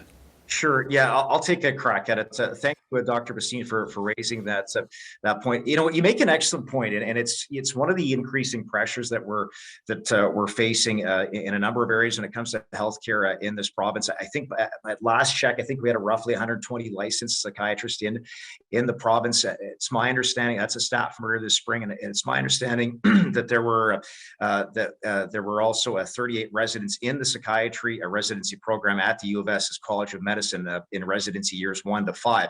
But it's interesting to hear the comments that you've made with respect to where with return to service, where the psychiatrists are being, I guess, for lack of a better word, allocated in the province. And it's something we can definitely take a look at. We know that there's pressures when it comes to increased demand for mental health and addiction supports, and that definitely includes whether it's psychiatrists, registered psychiatric nurses. On that front, we're adding some more seats in this year's budget on the RPN training seat side of things, knowing, of course, that doesn't solve some of our immediate pressures when it comes to that area. But I think that's one of the goals of this new healthcare recruitment agency, is to look at some of these individualized challenges such as this, to say, you know, here's an area where perhaps we need to make some tweaks and reimagine how we're doing this. And I'm grateful that you've actually raised it here today. That's something that we can definitely take back with our officials. Look at what the balance is, and there's pressures for us on both sides of it. There's pressures in our urban centers in Regina and Saskatoon, but there's also demands out in rural Saskatchewan and northern and remote communities as well. So let us take a look at that, Dr. Basine, to see if we can have a look at how that balance is being affected right now in terms of our recruitment and retention of psychiatrists in this province. If we do need to make some changes, we should probably definitely be taking a look at what those could possibly look like. So thanks for raising the question. Thank you. Julie, who's the next delegate who'd like to speak? Our next delegate is Dr. Sanderson from South Central. Dr. Sanderson, good morning. Please go ahead. You have 2 minutes. Good morning. Hi, Minister. Thank you for your address and attending. I'm a full-service family physician in Moose Jaw. I have about an 1,800 patient load with many, many complex patients on that load. My question is towards the family medicine piece. You mentioned that you're looking at increasing numbers of family physicians, and also that retention was fairly good in Saskatchewan. With respect, I tend to find that politicians tend to like to throw numbers and money at things because that pleases the voters. But actually, it doesn't show the true picture, which is where are all these family physicians going? Are they actually going into full service family practice and providing a opportunity for every person in Saskatchewan to have a family physician? How will you address the fact that actually the thing is not numbers, it's not money, it is actually inefficiencies in the number of family physicians who are actually going into other contracts, hospitalists, CCAs, that sort of thing. We actually need family physicians in full service practice, seeing enough patients per day with enough patient loads. Thank you. Ministers?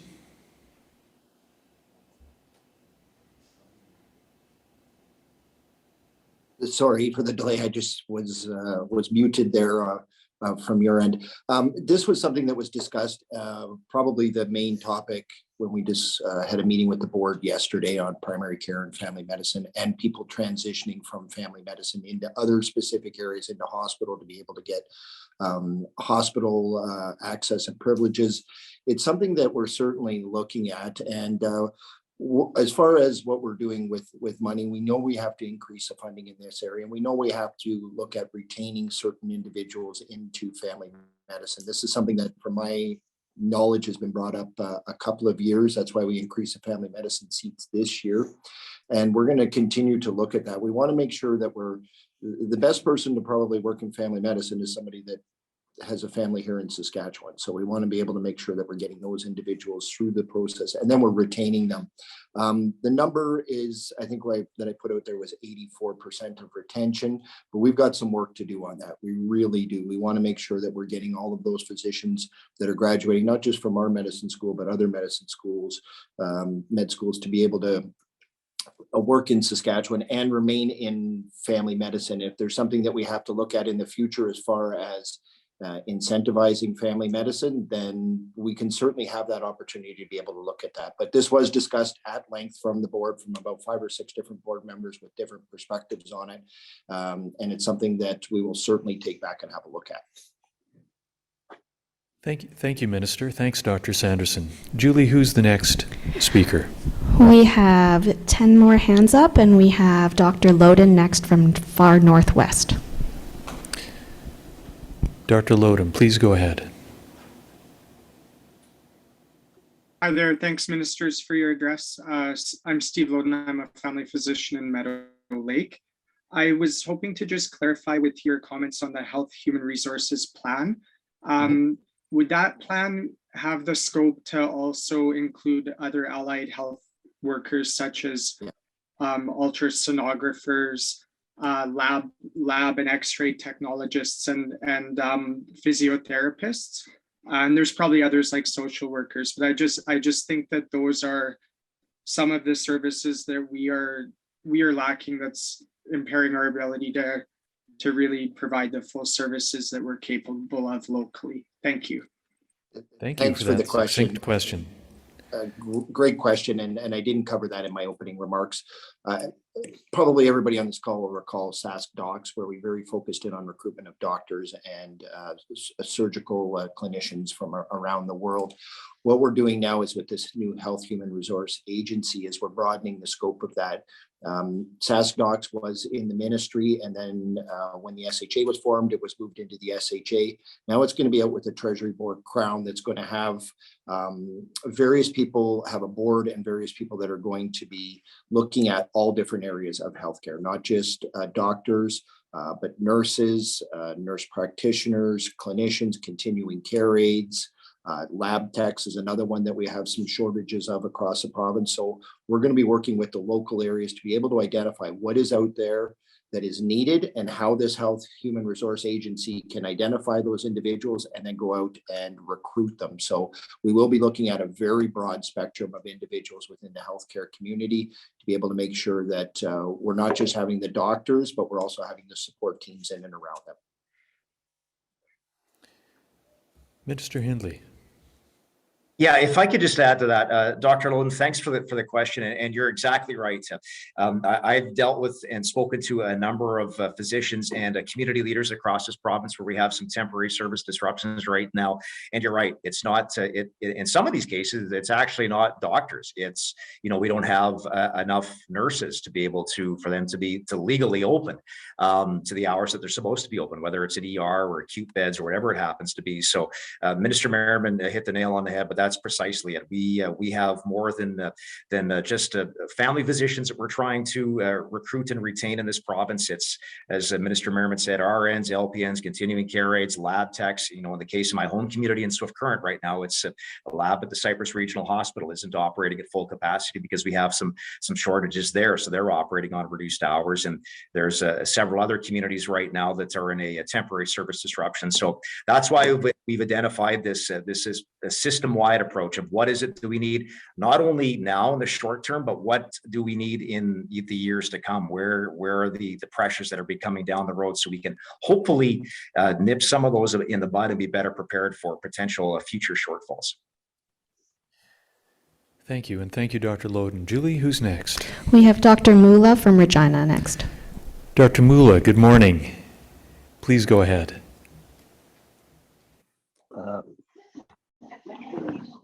This is directed to both Minister Merriman and the Minister for Rural Health. I've been part of the Practice Ready Assessment SIPA program from the start at the pilot. I recognize that there's a lot of physicians who come through this program who buy out their contracts before they are supposed to be completed, whichever way it was. I think we spend quite a bit of money assessing these physicians, and if they're given the opportunity to buy out their contracts and the first opportunity they have, they leave. Will the ministry think about making sure that the option to buy out the contract is not immediate, rather after a period of 3 to 5 years, when they have an opportunity to have served the communities they are recruited to? I don't know what the limitations are, but I would appreciate, being given to this. I brought this up at the previous RA a few years ago, and they said it was in the hands of the ministry. Thank you for the question, Dr. Mula. Ministers? Thanks very much, Dr. Mula, for the question. And it's a great question. We don't want to create a transient workforce in our medical community. What we have to look at is, obviously there's some budgetary impacts to that, but we want to find that very fine balance of being able to recruit individuals without having them locked in for an extended period of time, because otherwise they might not look at Saskatchewan. They might look at other provinces to say, well, it's easier over there and there's only a 3-year contract versus Saskatchewan has a 5. I can't buy out. So we continue to have to assess that to see what the workforce needs and what it is that we can do to maximize the individuals that are coming through the SIPA program.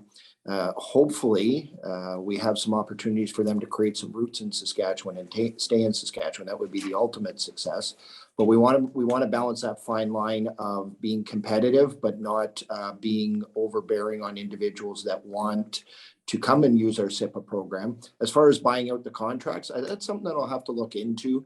I've got Max Hendricks on the line here, and it's something certainly we can take away and look at how many people are buying out their contracts, how many people are doing that, and if it's an ongoing concern, because there is a significant upfront investment in these individuals, the recruitment and all of the training that goes through. We want to make sure that we keep them here for the maximum amount of time that we can. Thank you, and thanks, Dr. Mula. Julie, who's the next delegate? Next, we have Dr. Leese from the section of internal medicine. Dr. Leese, good morning. Please go ahead. Okay, thank you very much. And thanks to our honorable ministers for their time this morning. I really appreciate it. Super happy to hear as the IM section chair in Saskatoon that we're funding more home care because our elderly folks certainly need that, and we want to care for them with dignity in their homes as much as possible. In the IM section, we're quite concerned at record levels of inpatient admission still, even despite the pandemic, being years in. And one of the things we've noticed is that a lot of the strategies proposed are reactive, increasing physician, people or workforce, increasing nurses, when really we're quite interested in some proactive solutions like addressing housing, particularly in urban communities, addressing addictions, funding safe consumption sites. And so what I was hoping, Minister Hindley, you could answer is first, will you be funding a safe consumption site as part of your harm reduction strategy? And Minister Merriman, I was hoping you could comment on whether housing initiatives or changes to social assistance to support our province's most vulnerable are being looked into, because I think that's the only way out of this. Thanks, Dr. Lees. Ministers? Sure. I'll start here first. Thanks, Dr. Lisa, for the questions and both the comments, just both on the seniors' point of things there with home care and individualized funding, but also your other comments. With respect to supervised consumption, at this point, no, we are not funding those sites specifically for supervised consumption. I have met recently with both Prairie Harm Reduction and the Neo-Watina Friendship Center in Regina as well, to have some of these conversations. Our focus thus far has been on the not only prevention but treatment and expansion of current harm reduction initiatives, and trying to, with the dollars that we do have, to get as many resources out as we can to as many people as possible across the province. So through a number of different initiatives, some dollars, as I mentioned in my speech, towards locally based hotspotting initiatives to try and to get to people, to reach them where they're at. In addition to other harm reduction initiatives, whether it's the mobile vans and that expansion of that project, to community wellness buses, harm reduction, drug checking strips, in the process now of mass spectrometer drug checking machines, and looking at some other harm reduction initiatives as well, but also with a specific focus on treatment and tying people to treatment. It's why we've put some more dollars in this year's budget to expand treatment capacity. It's one of the things I hear from quite a bit from people that either are frontline providers or people who have lived experience. I've talked to some folks, I've been on a couple of podcasts, and people that I've met with personally, directly, have told me that one of their concerns is when they're ready to access treatment, they can't get it quickly enough. So we got to do a better job of that. We have to make sure that there is quicker access for people to get into pre and post and also treatment, of course, itself, and not the traditional old 28-day style treatment, but the intensive treatment that is required. So we're committed to that at this point, but always having discussions with our partners, both at the community, at the CBO level, discussions with our federal counterparts. There's a Minister of Mental Health and Addictions there as well, and we're awaiting some additional details in terms of what the federal government's role is going to be when it comes to that ministry. But that's basically where we're at when it comes to that particular issue. And Minister Merriman. Sure. Thanks, Minister Henley, and good questions.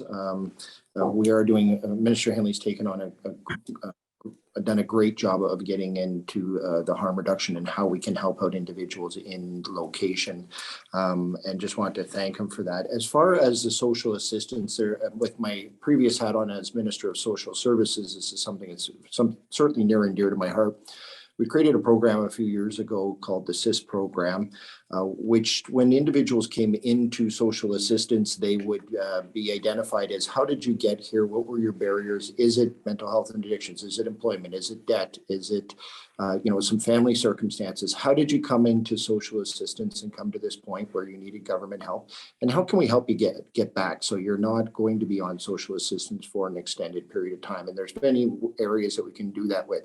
Certainly housing is one. The Saskatchewan Housing Authority has a very good stock of housing. Now, some of that housing is dated and needs to be updated. And Minister Carr is certainly working on that as far as updating for the modern family versus a typical family where the Sask housing stock is around, that was built around 30 or 40 years ago. We also have employment supplements to be able to help individuals if there's some employment challenges, some training dollars. We've social assistance now has the training dollars that used to be in employment and immigration, and working on that to be able to identify how can we help you get back to a place where you don't need to be on social assistance. Because in my time as minister and prior to that working with community-based organizations, never met anybody that wanted to be on social assistance. And how can we help them get to a point where they can be successful and be independent? What is it as a government and what is it as a community we can do to help those individuals? Thank you, Dr. Lees. I'm told that the ministers are able to stay with us until 9:45. We'll take another question. Who's next, Julie? We have Dr. Parvez in Regina. Dr. Parvez, good morning. Please go ahead. Good morning. I'm Dr. Parvez. I'm the neonatologist and president of Regina Medical Staff Association. My question is moving from housing to parking.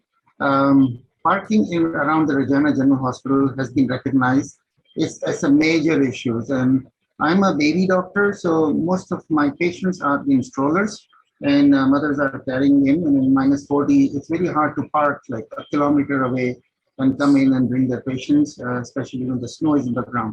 My question is, the budget is approved for survey and establishing some sort of a parking lot around Regina General Hospital.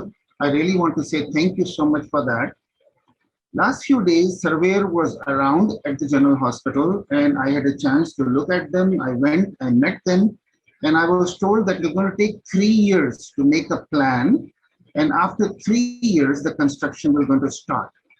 So the engineer was there and I said, I'm Dr. Parvez, can you please tell me how long this takes to make the construction of the building? And I was told 3 to 5 years.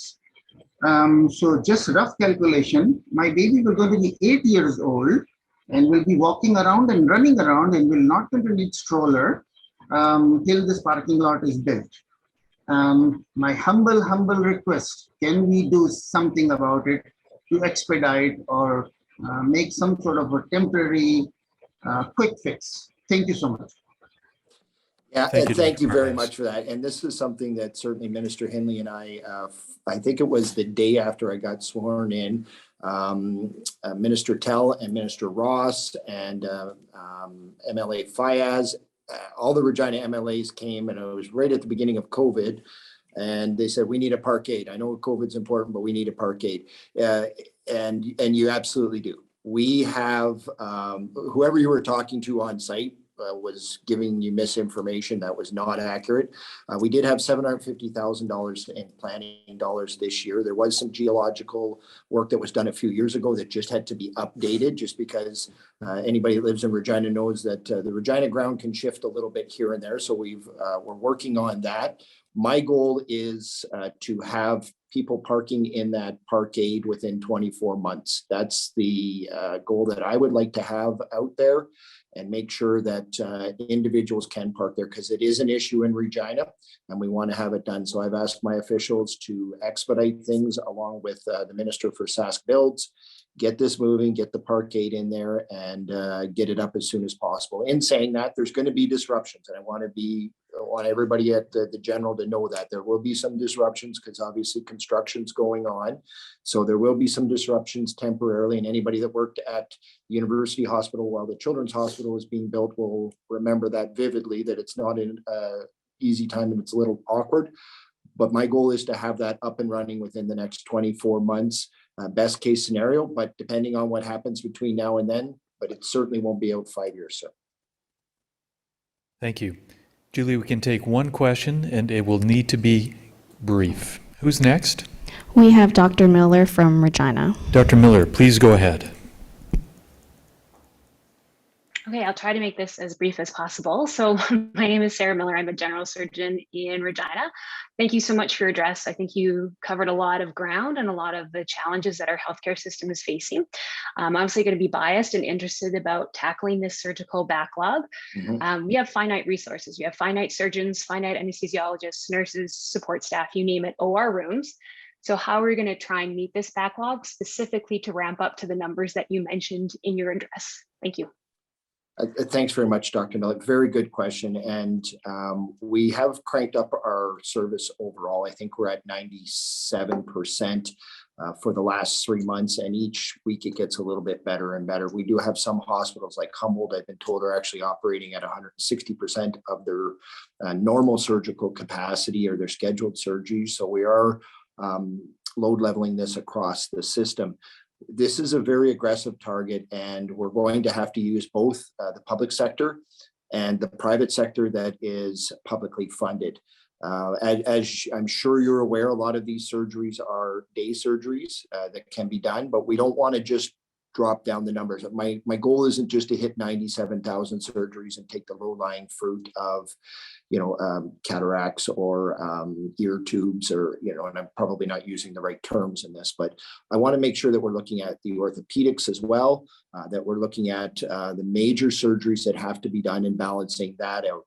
People have been very patient over the last 2 years, and we appreciate that. I know, talking to surgeons, they want to get into surgery. They want to get that done. They want to start getting their patients in a better spot. The longer that they are lingering on the wait list, the worse they're going to get. So we want to make sure that we're done that, but it does come down to human resources. You're absolutely right. That's why we're trying to recruit as many as we can.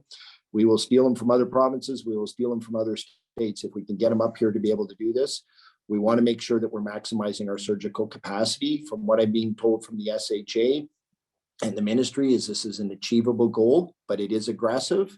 But we're going to need all of the surgical capacity to be able to meet that goal. But this is something that I'm sure you as a surgeon and the people of Saskatchewan want, to be able to get that surgical backlog down to a very manageable time in the next 2 years.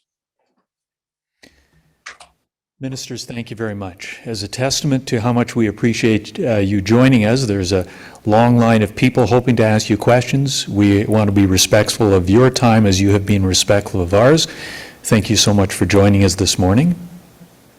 Thank you very much. If I could just maybe end with one comment. This doesn't end the conversation. If there are physicians, and many of you have reached out, please contact Minister Henley and I by email. If there's follow-up questions that we didn't get to today, we're very open to hearing back from our doctors and our surgeons out there to inform us on how we can make better decisions. So the conversation doesn't stop here. Thank you very much. So for the delegates who still have their hands raised, please contact the ministers by their email. Ministers, thank you very much. This now brings us to a well-deserved break. Please take the break, stretch your legs, get yourself a refreshment.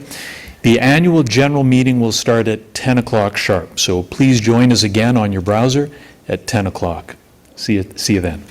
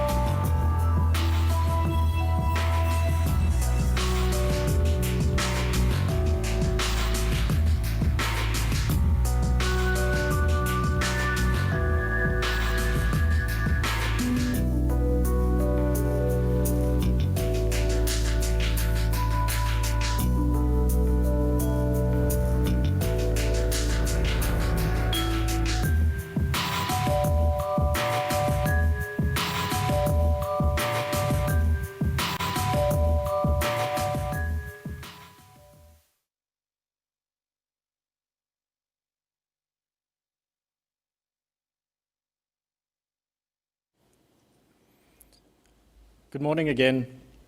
I'm Eben Strijdom, and I have the privilege to be the president of the Saskatchewan Medical Association. And I want to welcome you to the 2022 annual general meeting.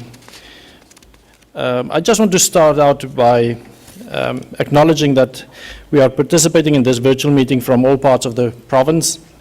And I want to acknowledge that we are gathering on treaties 2, 4, 5, 6, 7, 8, and 10 territories and homeland of the Métis. I'm situated on Treaty 6 territory and homeland of the Métis.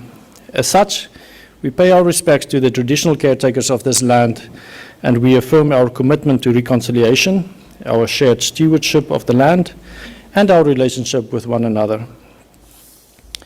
So as you will see from the agenda, the AGM is a combination of some obligatory annual general meeting activities, namely the approval of the past meeting minutes, as well as the financial statements and appointments of the SMA's auditors.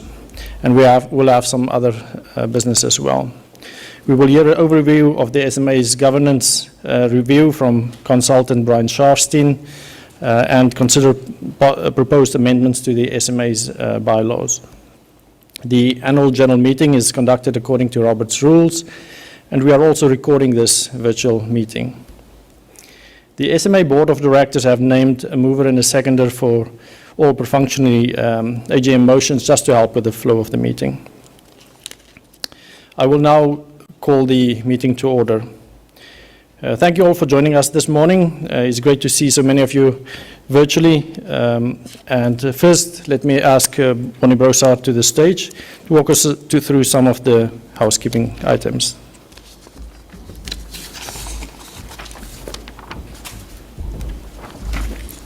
Thank you so much, Dr. Strijdom. So please note that if you are attending today's annual general meeting by telephone, you will not be able to ask any questions by raising your hand. Certainly, if you have any questions, please email us your questions at communications@sma.sk.ca following this Zoom event, and the chat will not be available to the AGM. If you are having technical difficulties with your Zoom link, computer video, sound, please contact the Encore AV technical team at dan.brown@encoreglobal.com. Please inform them of your issue and leave your telephone number for them to call you back shortly. Because the AGM is open to all members of the Saskatchewan Medical Association, we will be using the polling function embedded in the Zoom platform. Delegates, please note that we will not be using the Slido application during the AGM. The Slido application is strictly for motions presented at the Representative Assembly. So to repeat, we are using the Zoom polling function for the annual general meeting. So all delegates and other SMA members, this is why we are having this brief orientation for you. So polling will be available for SMA members only, and all results will be verified after the meeting. So when the poll begins, it will appear in the middle of your screen. Please move the polling box to the right or left so as to be able to read the motion and resolution being voted on. You will have 20 seconds to make your selection, and that will be in favor or opposed. Then present the submit button at the bottom of the polling function located here. So let's try a practice run using the polling function.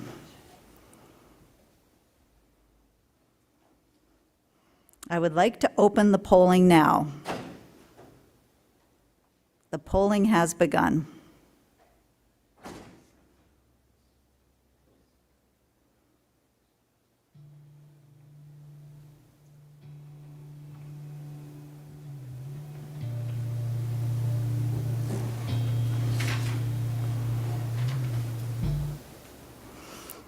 The polling has ended.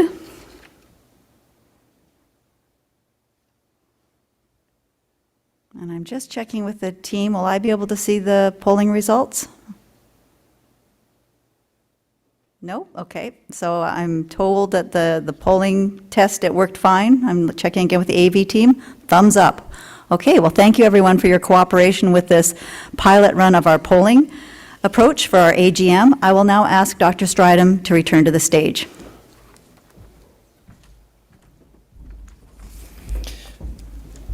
Thank you very much, Bonnie. I would now like to present the minutes from the 2021 Annual General Meeting. These minutes are located on the member side of the SMA website. Does anyone have any questions or substantial revisions to this? And if you do have any, please raise your hand.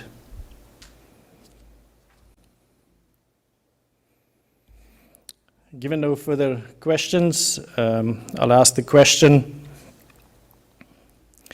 Be it resolved that the minutes of the 2021 Annual General Meeting of the Saskatchewan Medical Association be approved.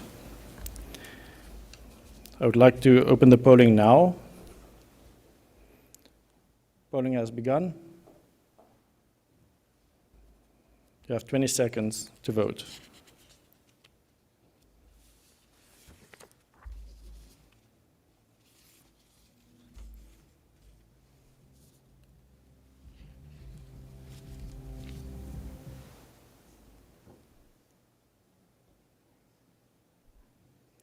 Polling has ended, and the resolution is carried. I would now like to introduce my colleague, Dr. Annette Epp, the Honorary Treasurer, to provide a summary of the comments, summary comments regarding the updated 2021 financial statements of the SMA. Dr. Epp.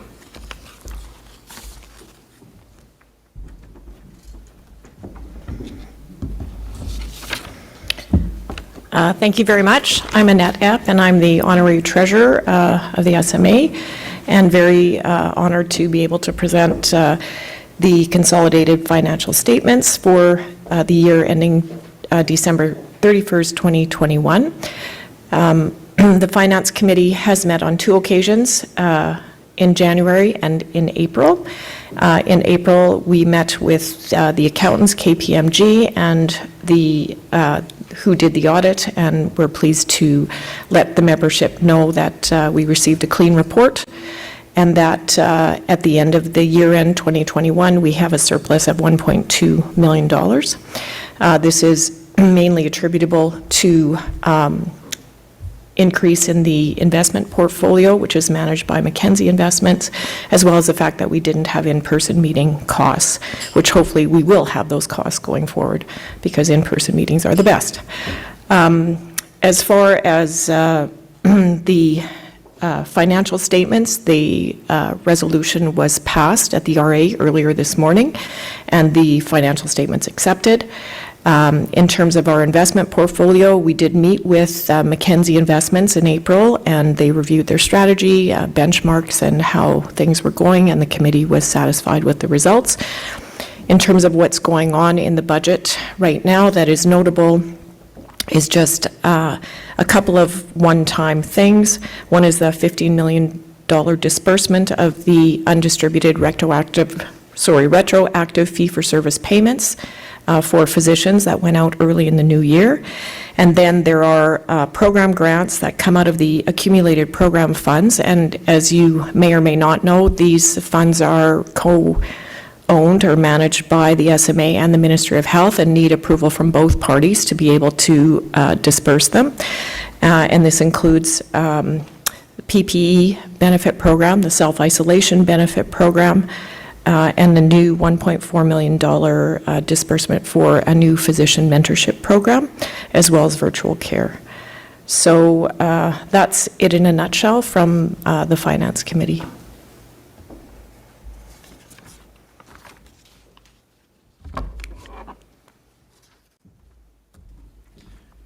Thank you very much, Dr. Epp. Does anybody have any questions for Dr. Epp?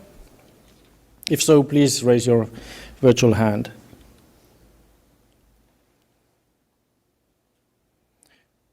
We have no questions.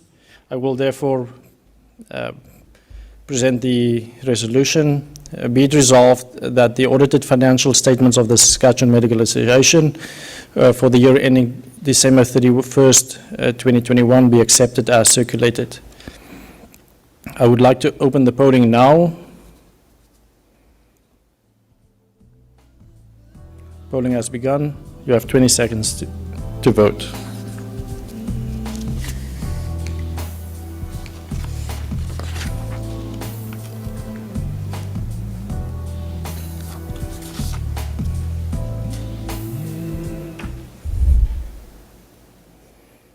Okay, voting has ended.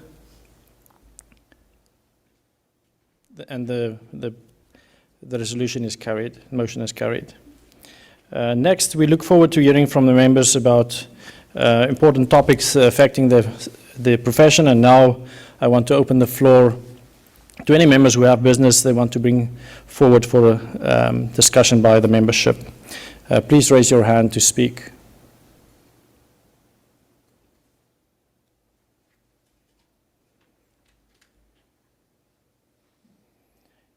We have no questions. Thank you very much, everyone, for your help with this so far. I'm sorry, I believe there is a question. Hi, we have one question from Dr. Virtue. Dr. Virtue? Hi, can you hear me? We can. Please go ahead. Thanks, Dr. Stradom. I just have a question, and it pertains to the recent communication from the ministry regarding the plan that they have to try and fix some of the staffing issues that we have. And basically the be-all end-all was that they will be looking out of the country, specifically in the Philippines, for staff and physicians. And I was wondering if the SMA has a stance on, the government basically stripping other countries of their healthcare resources that are probably more needed in their own settings to alleviate the problems that we have in Saskatchewan, that I feel stems more from the fact that we don't train enough of our own physicians and don't do enough to keep our own physicians in our province. Thank you very much for that question. At the board meeting, it was discussed with the ministers. I think they are trying a multimodal approach to this problem, but I don't think, I must agree. I think the SMA is of the opinion that homegrown resources are better for recruitment, retention, and for the population. So this was discussed with the ministers. Is there anybody else that want to comment?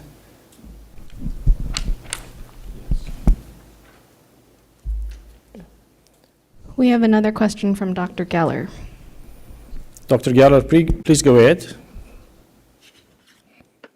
Yeah, hi, thanks. It's Brian Geller. I just have a quick question about the SMAs and the position on the double and triple jeopardy that physicians face when it comes to sort of discipline hearings and things like that, where a physician can be charged criminally, charged with the SHA, and charged with the CPSS independently. Just need to register for it. Different rules on the SMA website and register and log in. And have different findings you can join. And I'm just wondering if the SMA has right now. You have to do looked it at right that, now. addressed it, and has any opinion or plan to move forward with that.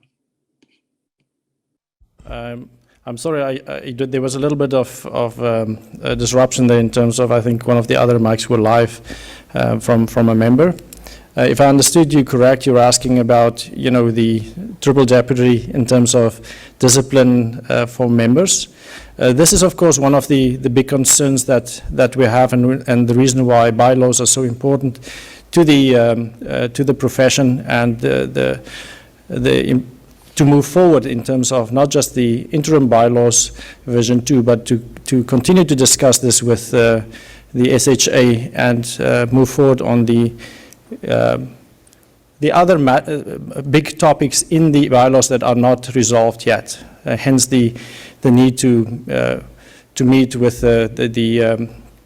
these higher ups in terms of the bylaw process. So I think we've discussed that again at length yesterday with the ministers. We've discussed it with the SHA, and we remain committed, and it remains one of the big priorities of the SMA to move this forward, as this is a foundational document that will help us to navigate part of what you referred to.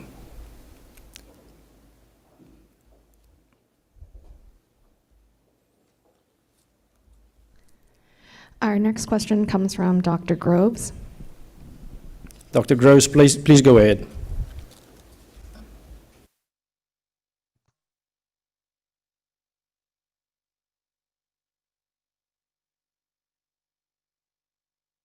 You hear me? There. Okay.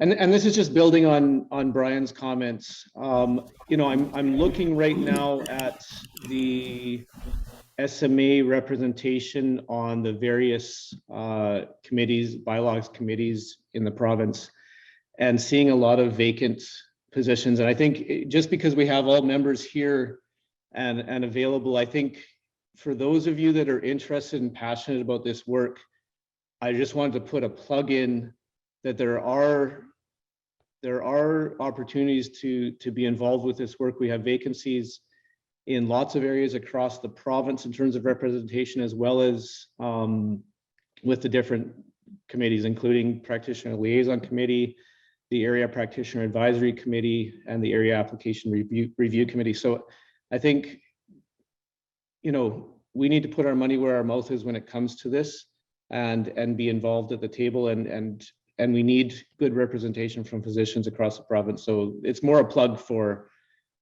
members to look at those committees. It seems dry and not that interesting, but it's actually pretty foundational stuff. So just to consider it. Thank you, Dr. Groves. I can't agree more. I think the members are the SMA, and when we work all together, that's what makes us strong. And so the different perspectives are so important, and the advocacy on the different committees with government and SHA is what's needed. So thank you for that. We have a hand up from Dr. Geller. Dr. Geller? Yeah, hi. I just wanted to thank you for your answer, but I guess it didn't really answer my question, which is a broader question than the medical staff bylaws, which is actually the fact that, you know, I can be brought up in criminal charges by the Regina Police Service. I can be brought up on charges from the Saskatchewan Health Authority for exactly the same offense, if you will, and then I can then be brought up on charges before the CPSS on, again, exactly the same offense. Everybody has different rules of evidence and different procedures. They can all find independently very different things.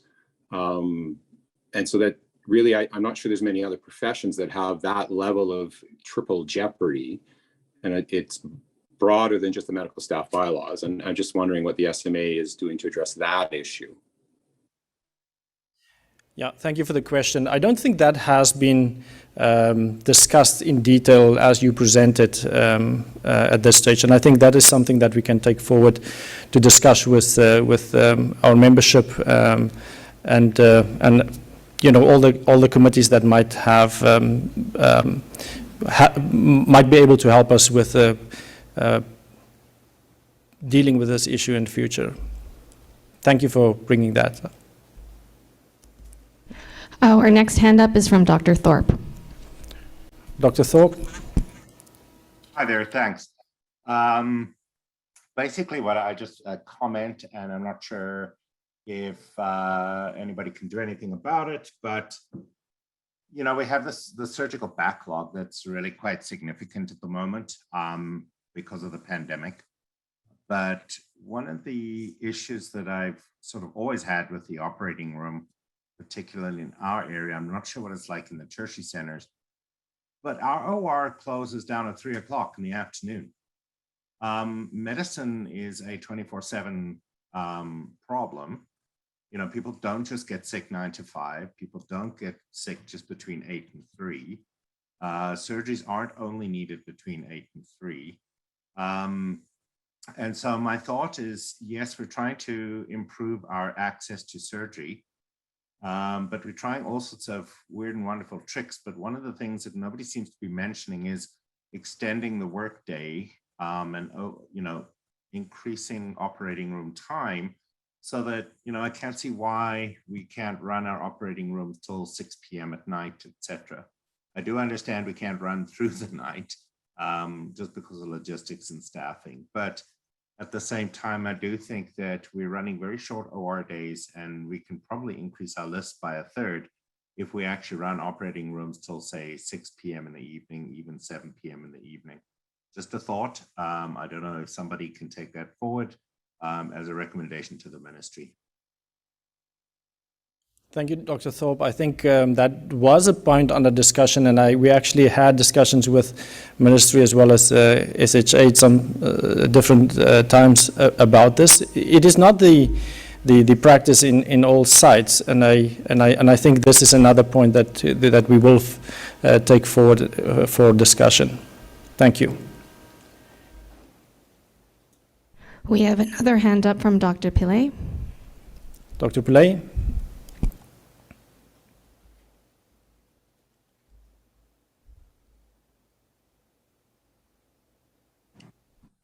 Thank you for unmuting me. Thank you, Mr. President. I just want to follow up on Dr. Thorpe's suggestion. Surprisingly, we have a similar problem in the tertiary center. I can speak for Regina because I'm in the operating room as well.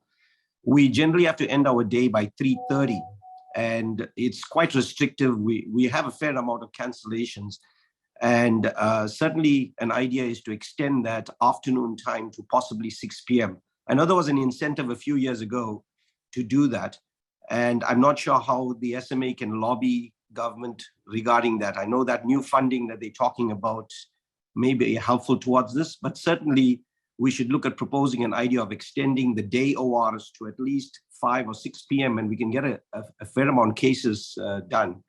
Obviously, the question is logistics and staffing, which will be thrown back at us. And I know that's a big issue, but certainly the principle to extend the ORs in the daytime is something we should look at moving forward. Thank you. Thank you, Dr. Pillay. Again, I think there was talk of super days just to lengthen the active day, and there were also talk about maybe looking at the bank days that also affect productivity. So we will take this forward. Our next hand up is from Dr. Miller. Dr. Miller.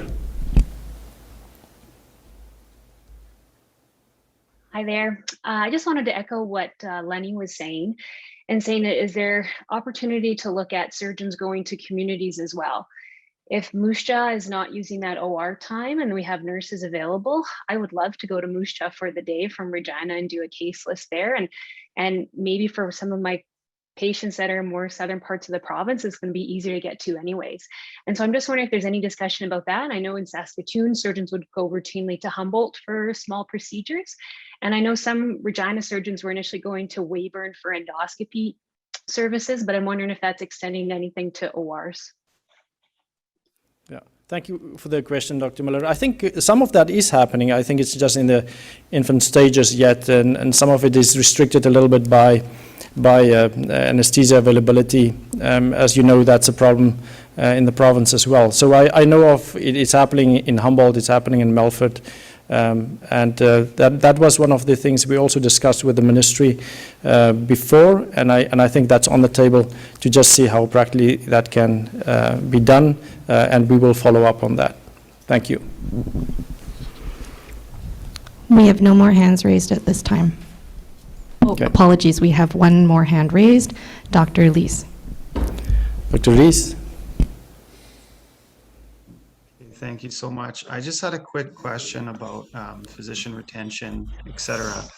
I'm just curious if we know as a group or if there's ever been a report generated to understand why physicians are leaving, if that's even a clear problem and if that's documented.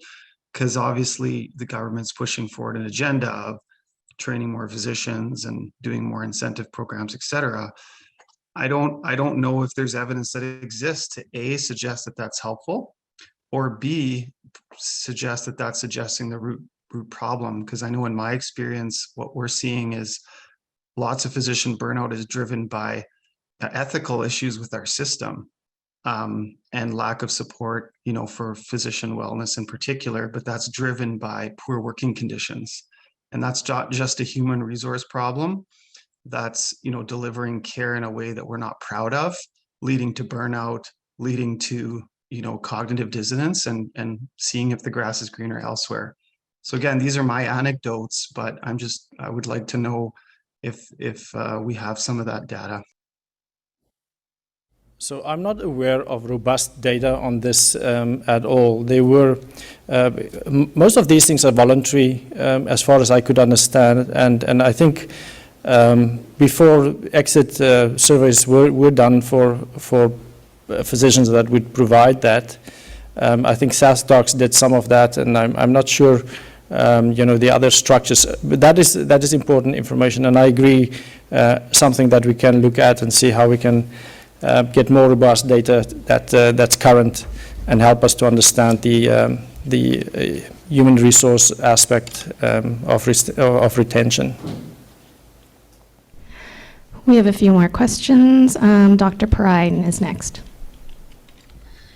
Thank you. I'm Dr. Parai, a critical care associate from Regina. I'm very concerned about physician leadership within our current SHA and going forward in our pandemic recovery plan.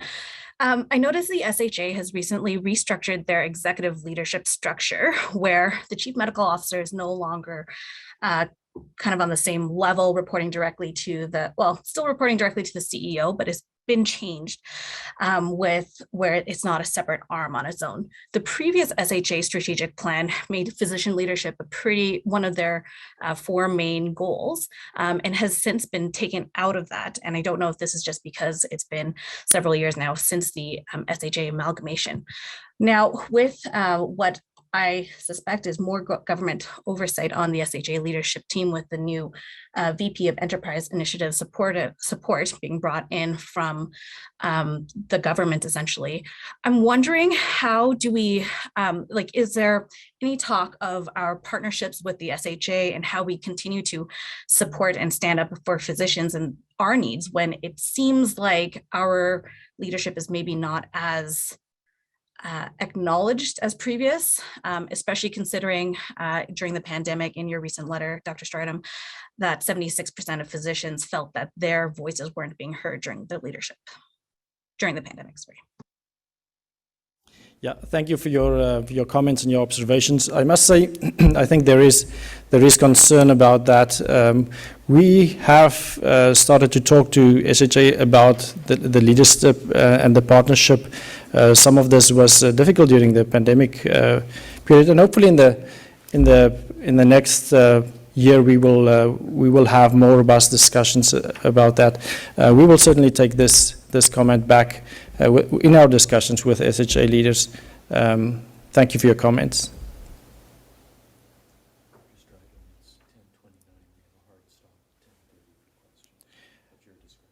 Okay. I was just reminded here it's 10:29 and we have a hard stop at 10:30. So I'm running in the interest of staying on schedule. Maybe we'll take one more question and then move on to the next part of the AGM. Our next hand raised is from Dr. Thorpe. Dr. Thorpe. Thanks. I'll be quick. Firstly, I'll just answer the last person and just say that I sort of wear dual hats because I'm also one of the leaders in the SHA, and sometimes I feel some of the docs talk out of both sides of their mouth, because quite honestly, we've been reaching out to the SMA quite significantly, asking for input and people to join our committees, and they aren't. People complain, but then they don't join when we offer them the position to actually join us. What I was just going to say was, and why I put my hand up, was basically to say that sometimes delays that occur in contracts are causing physicians to pull out of processes and clinical work. And a quick example is our OAT clinic that we were trying to set up for the last 1.5 years in Moose Jaw.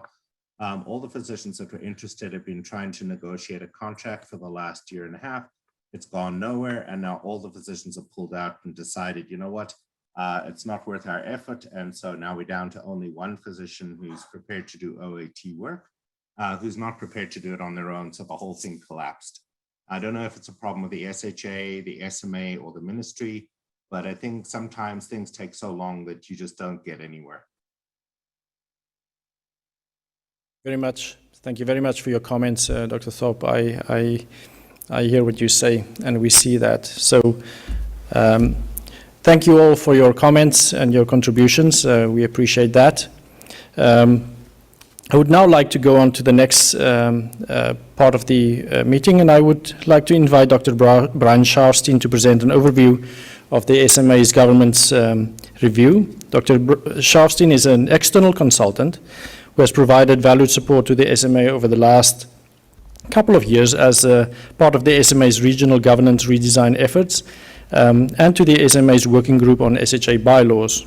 As part of the SMA's regional governance redesign work, Dr. Sharfstein facilitated extensive consultations with the RMA leaders regarding how to design an optimal sub-provincial medical association structure necessitated by the changes in the medical governance, as well as the decision-making process within the Saskatchewan Health Authority. Prior to becoming a consultant, Dr. Sharfstein was the Associate Secretary General of the Canadian Medical Association from 2024 to 2011, and Executive Director of the Saskatchewan Medical Association from 1992 to 2004. Dr. Sharfstein also practiced as a family physician in Saskatoon for many years. Dr. Sharfstein. Thank you very much, Dr. Stradham. We have a very tight time constraint, I think, in terms of covering a lot of material. I apologize to whoever manages the slide deck that I'm going to go fairly quickly through this, but hopefully we'll be able to have enough time for discussion and questions as well on what some might think is a bit of a boring subject, but as the last few questions point out, has some significance. Next slide. So what I want to do is give you a quick snapshot of what's been going on at the SMA over the last couple of years in regard to governance as a backdrop to two sessions, the one we'll have now with the AGM and the one that will follow immediately after, which will be with the RA from the special committee.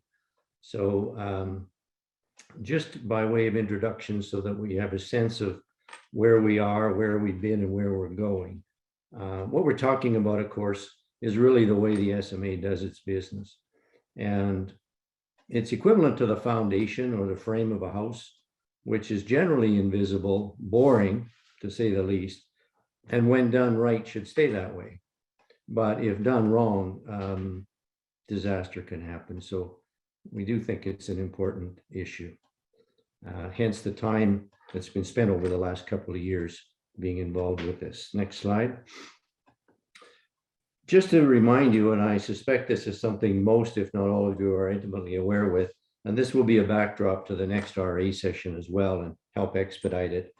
This is a snapshot of your current governance structure. At the center, of course, is the Representative Assembly, which is essentially the association's parliament that acts on behalf of all of the members.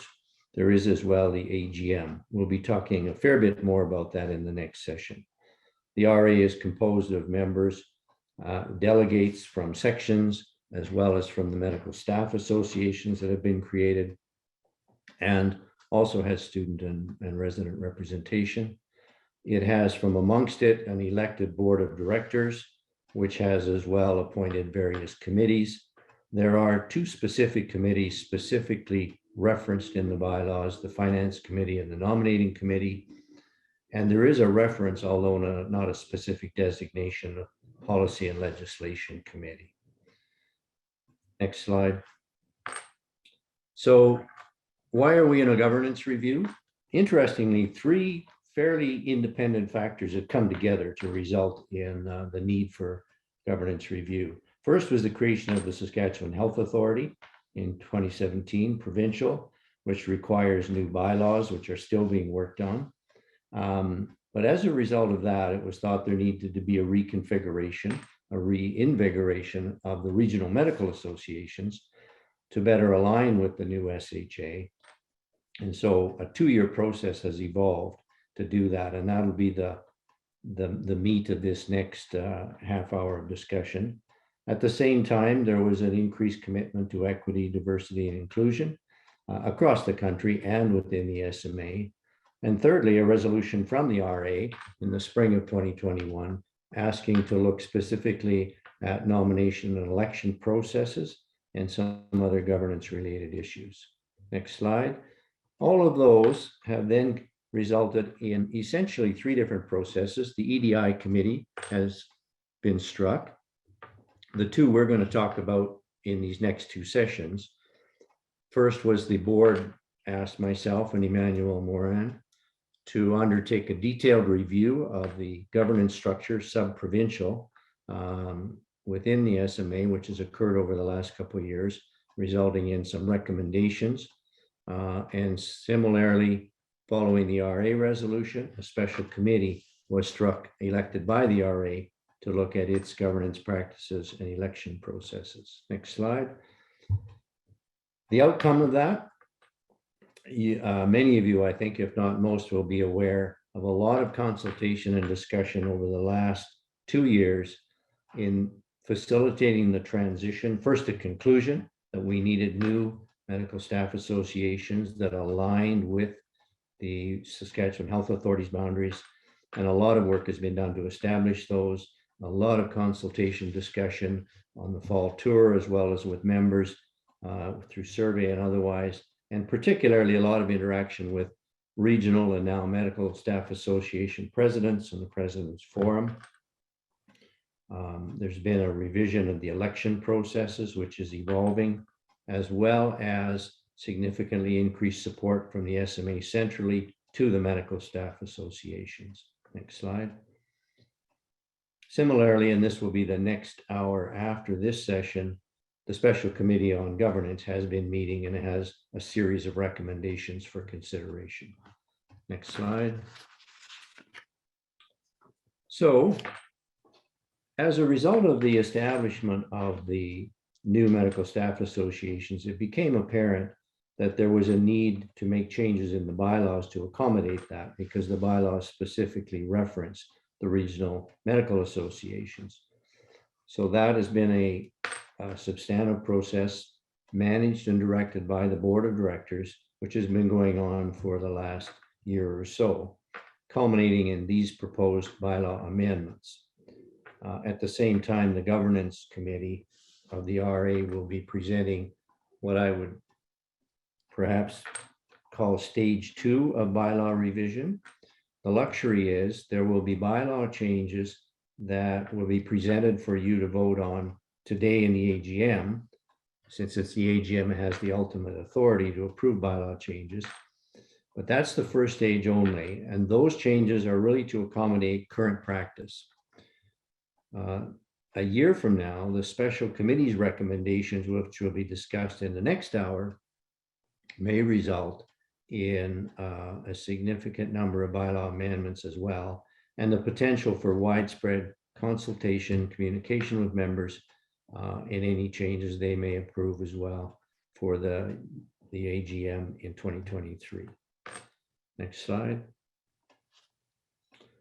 So those are the next steps, as I've referenced. Stage 1 today, stage 2, a presentation of recommendations today to the RA, followed by presentation of any bylaw changes a year from now. Next slide.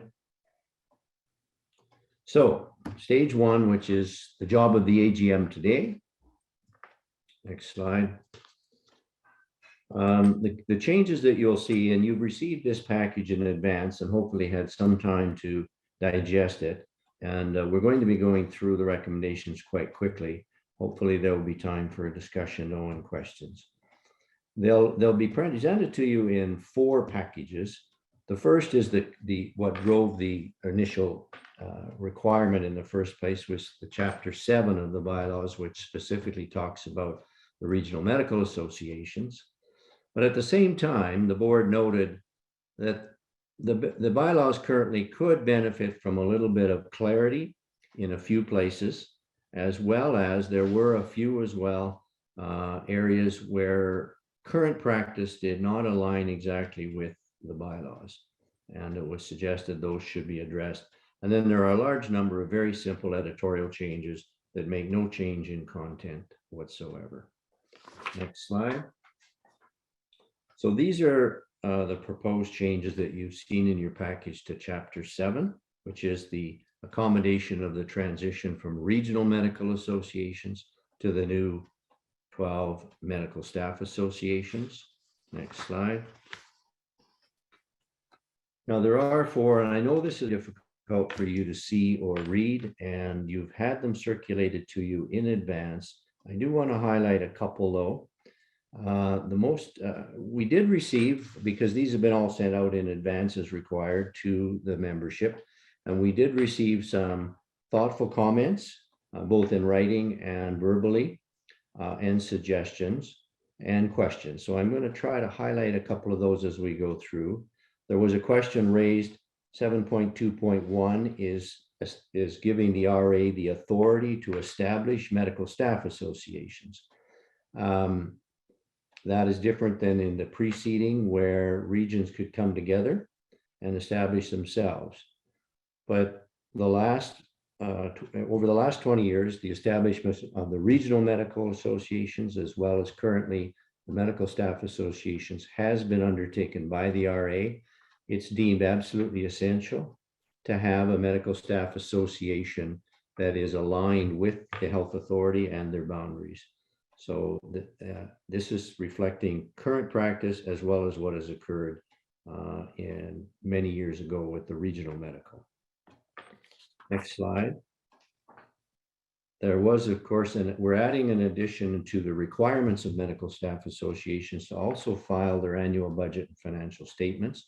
A question was posed as to whether this has implications in terms of liability for the SMA.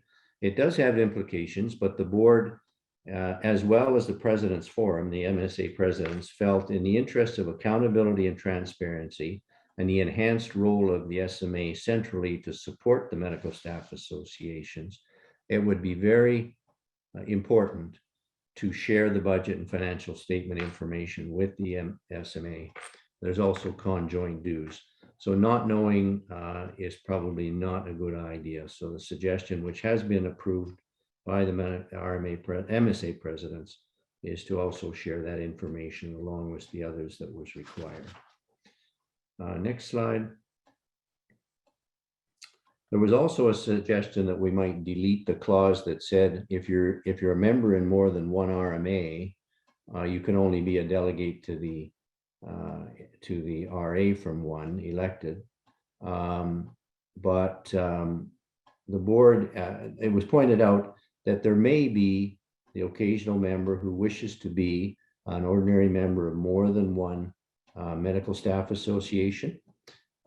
You'd be paying dues more than you want, and we're not aware that has occurred, but it is an option. So the board is suggesting, contrary to the original that you would have seen in your package of deleting this clause, that we just retain this clause as an option. Next slide. There is as well a rep by pop formula for the election of delegates, and that is going to be discussed at the next presentation from the special committee. So that concludes the snapshot, and I apologize for going through them so quickly. I hope, though, you've seen them in advance in your package. So I'll stop there and throw it open if there are any questions or comments before we ask for a resolution to adopt those proposed changes. So any questions for Dr. Sharfstein? And may I ask delegates, please, then when you speak, please switch on your video. We have a question from Dr. Geller. Dr. Geller, please go ahead. Hi. It's Brian Geller. Thank you, Dr. Sharfstein, for that. I think it's wonderful, and I really do appreciate all the work that's being done around this. And however, I think, as I've indicated previously, that the changes that you've indicated, 7.2.1, 7.3.1C, and 7.4.2. I mean, while the board's withdrawn their recommendation to change it, I mean, I do think that those are all larger governance issues that could easily be included in the governance review that's ongoing. I don't see any reason that those need to be implemented now to enable the governance review or to enable any proposed bylaw changes that may come out of the governance review. And so respectfully, I don't understand why these changes are necessary now to move forward. And I would make a motion that these changes be deferred to the Governance Review Committee with a report back to the RA the way the RA has originally directed the board. Thanks, Brian. I'll first point out, as a consultant to this process, I am going to try to reflect. Dr. Sharfstein, I just have to interrupt you there. Dr. Geller made a motion for this to be. Brian, can you repeat your motion, please? My motion was that these three, 7.2.1, 7.3.1C, and 7.4.2 be deferred to the Governance Review Committee, and then an opinion reported to the RA as per the Governance Review as that the RA has mandated. Okay. Is there a seconder for this motion? If so, please raise your hand. And I have a hand up from Dr. Burwell, but it's unclear if that was a comment or if this is a seconder hand raised. Dr. Burwell, can you just clarify for us? Yes, I'm prepared to second the motion. Okay. Thank you. Dr. Burwell will be seconder. The floor is now open for discussion of this. Any comments? Please raise your hand.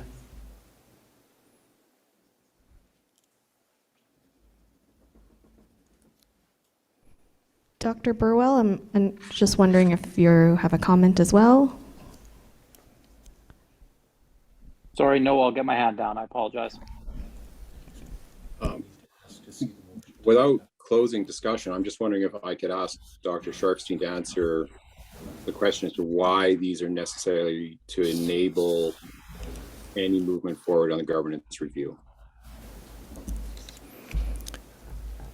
Dr. Sharfstein, please go ahead. Okay, thanks. And thanks for that question, Brian. It's, I think either could happen. The fact is that currently the SMA is functioning not quite in alignment with its bylaws. And so this is an effort to align them. You're absolutely correct that the special committee has the scope and mandate to look at any issues that might be referred to it. In regard to this, the two clauses you referenced, those would align with what has actually happened. So the RA did take responsibility to create the MSAs, which 7.2.1 would allow, and the MSA presidents have agreed through the President's Forum to share their financial information along with the support from the SMA. So those are current practice. Those changes then would simply reflect it. Two options I would see.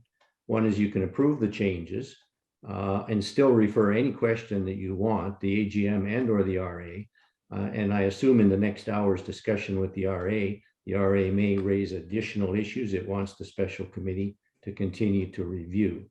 So either whether your motion to not proceed with these changes and defer them to consideration a year from now, whether that passes or not, it's still possible to ask the special committee to consider these and potentially any other bylaw clauses if either the AGM or RA wishes.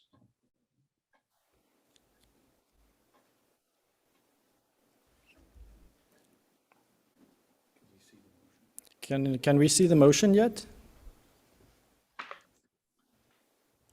They're still busy with it.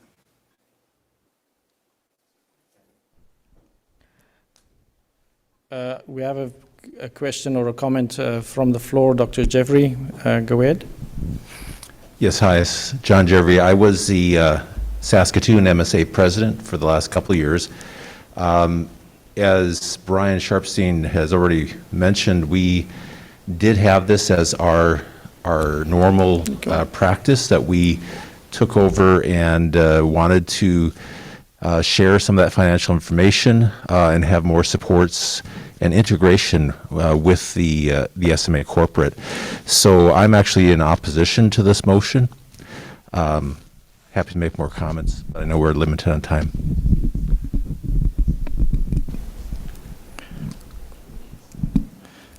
I think we just need to clarify whether we need to have the specific parts of the bylaws stipulated in the resolution, yes or no?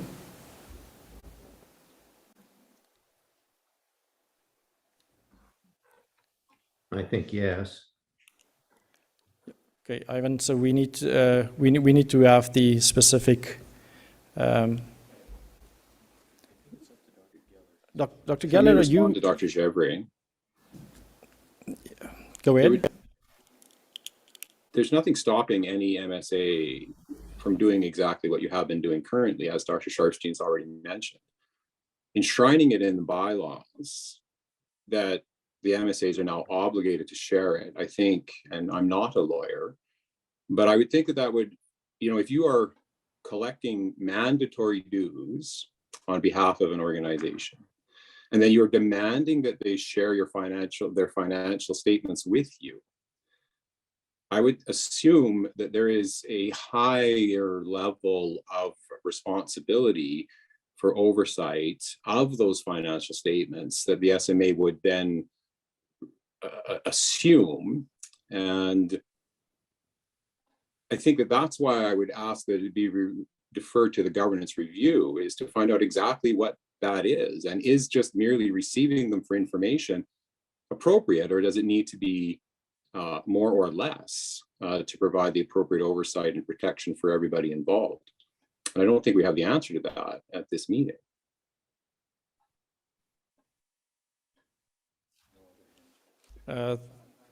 Thank you for your comments. Dr. Sharpstein, do you have any comments? Well, that was a consideration, of course, in the discussions with President Forum.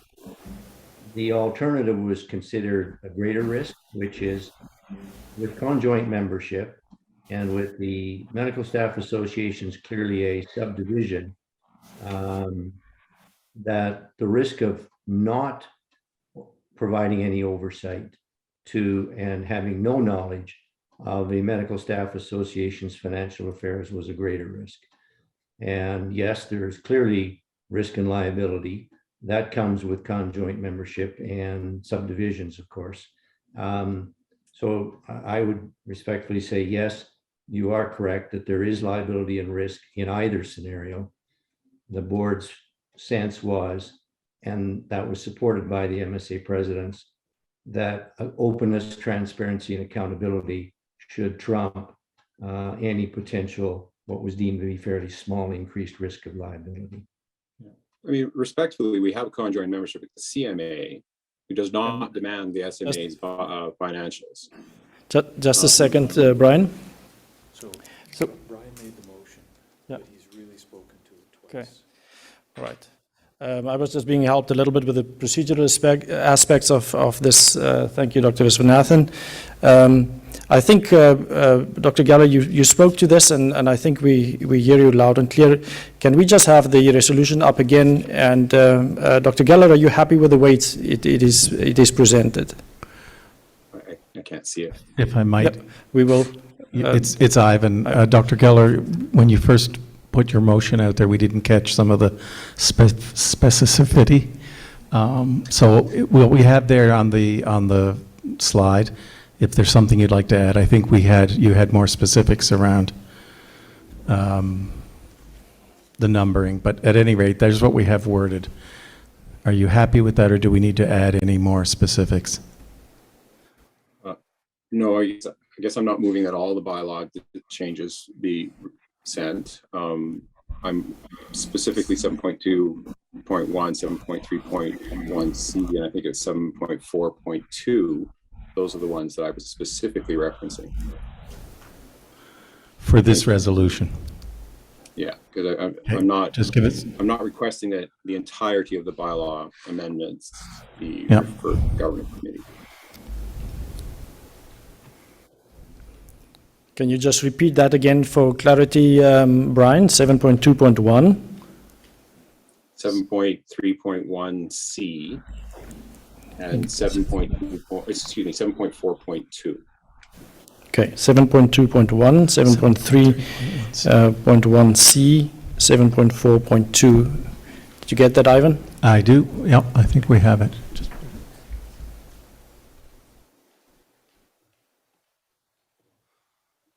Okay, we'll flash that up in a second and we'll have a look.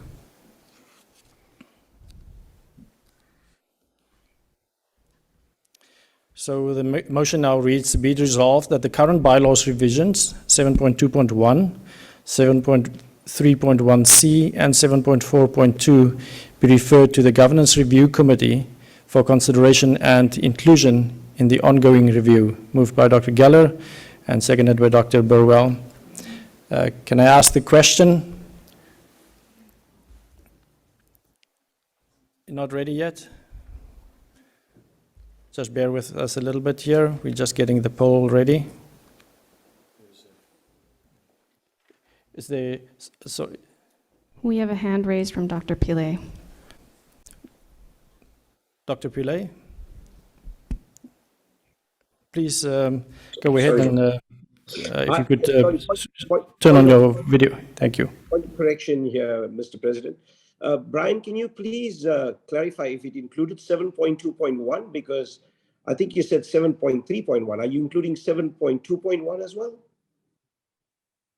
Yes, 7.2.1, 7.3.1C, and 7.4.2. Okay, thank you.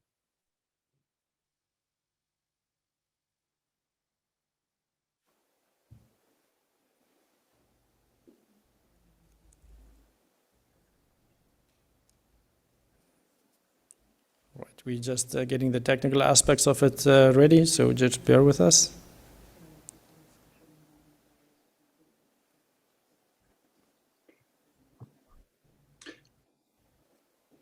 Just reading the resolution now, I guess it'd be important that they be removed. Part of the resolution is that they're removed from consideration now. So they wouldn't be voted on at the AGM. They'd be removed from consideration now and referred to the Governance Review Committee and then brought back. So I'll read it back. Sorry. We have time, actually, because we have a technical problem with voting. Be it resolved, the current bylaw revisions, 7.2.1, 7.3.1C, and 7.4.2 be removed from consideration at the AGM and be referred to the Governance Review Committee for consideration and inclusion in the ongoing review. Yes, thank you. Did you get that? Just maybe we should confirm with Dr. Burwell that he finds that acceptable as well.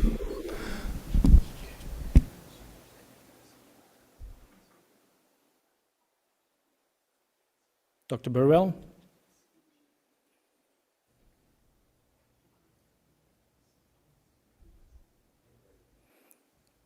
Dr. Burwell, if you're speaking, you're muted. Yes, I would agree with that revision. All right, there's another question. We have a hand raised from Dr. Letting. Dr. Letting? Do you mind showing us those subsections again so we can figure out we're specifically voting on the screen? Those three subsections?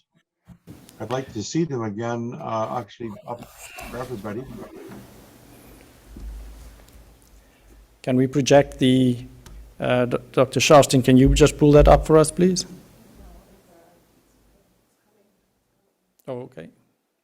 It's coming.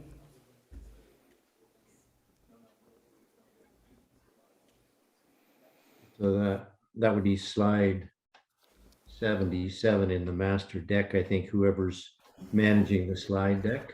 I think Delilah's working on it. Okay.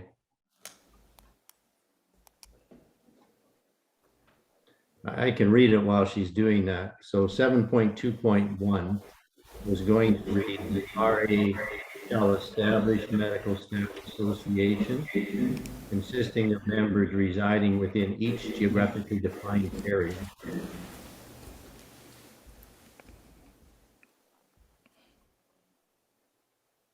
And the previous said members of the SMA practicing or residing in a region may organize and apply for recognition.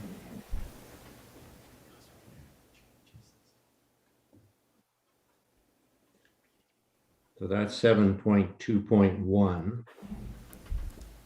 7.3.1 is on the top of the next slide, which is just saying that each RMA shall file with the association an annual budget and financial statement. And then on the next slide, 7.4.2, that would remain, that clause would be referred as well rather than remaining.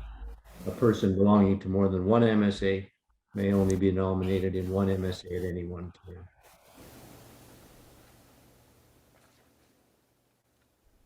So those clauses those three would be referred by this resolution.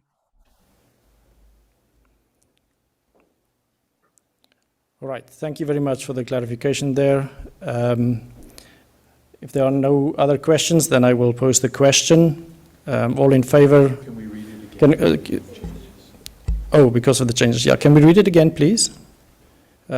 Just show it again. Thank you. Be it resolved that the current bylaw reviews 7.2.1, 7.3.1c, and 7.4.2 be removed from consideration at this AGM and referred to the Governance Review Committee for consideration and inclusion in the ongoing review. Is that what you intended, Brian? Yes, thank you. Dr. Geller, thank you. If no other questions, I will call the question. You ready to vote? It will start now, and you have 20 seconds.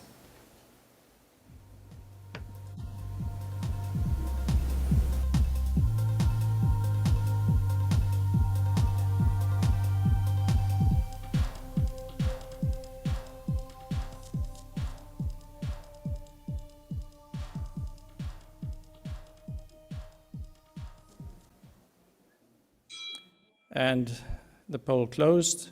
So this motion was defeated. So we will go back to the discussion. Are there any other questions regarding the original resolution or question? We didn't present that yet, just about the topic. If no other questions, I would like the resolution presented.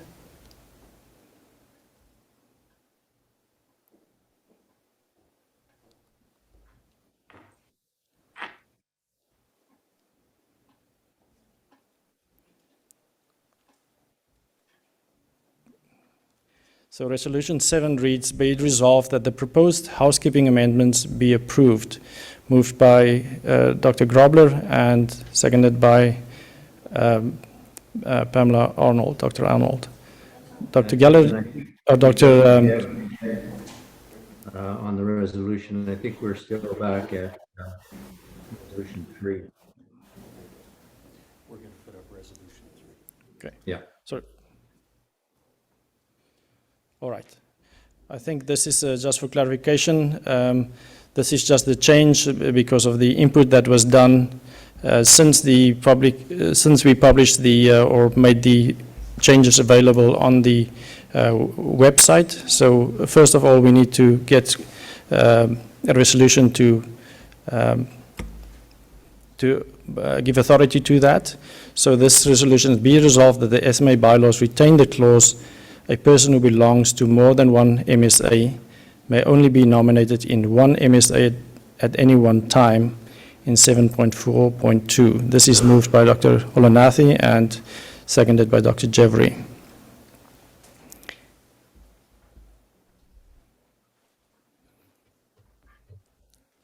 Discussion? So we're ready for polling.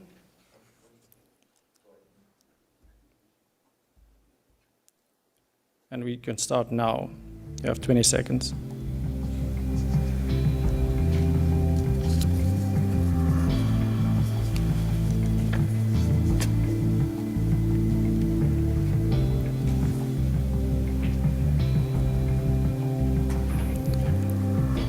Thank you. Polling has ended, and this motion is carried.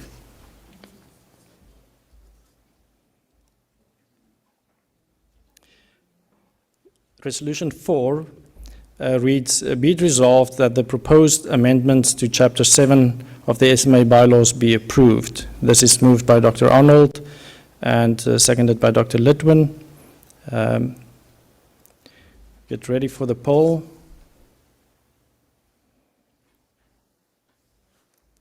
Polling has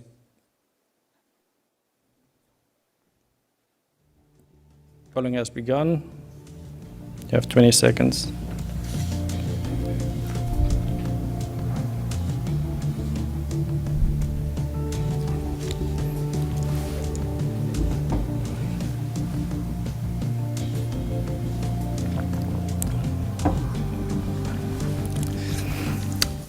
Polling has ended, and this resolution was carried.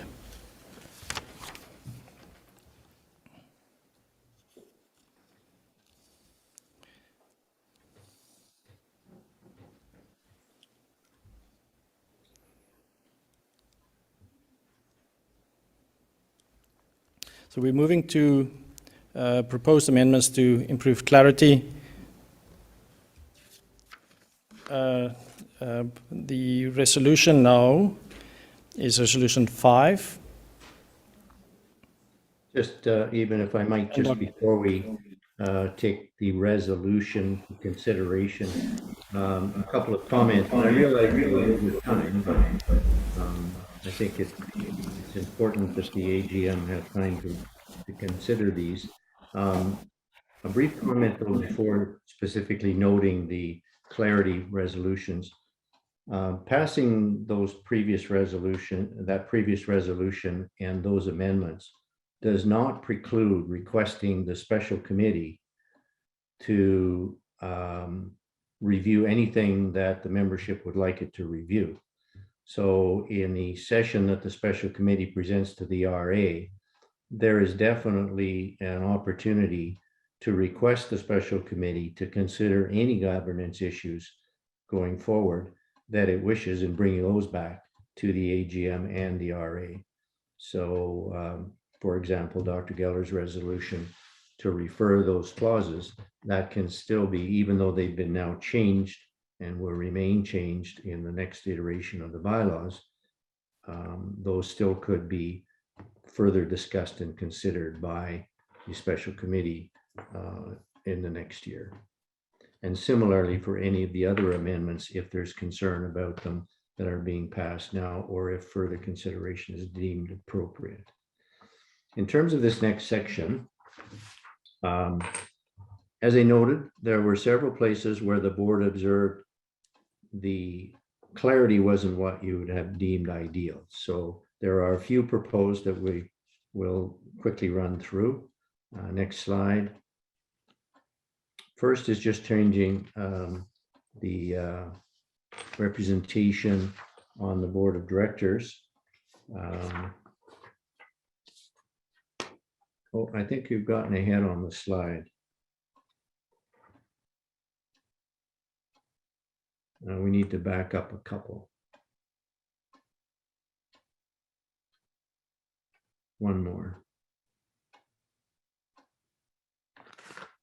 Thank you.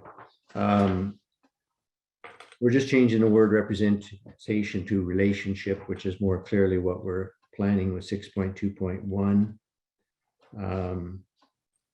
The 16.4B says the AGM will receive for approval the audited financial statements.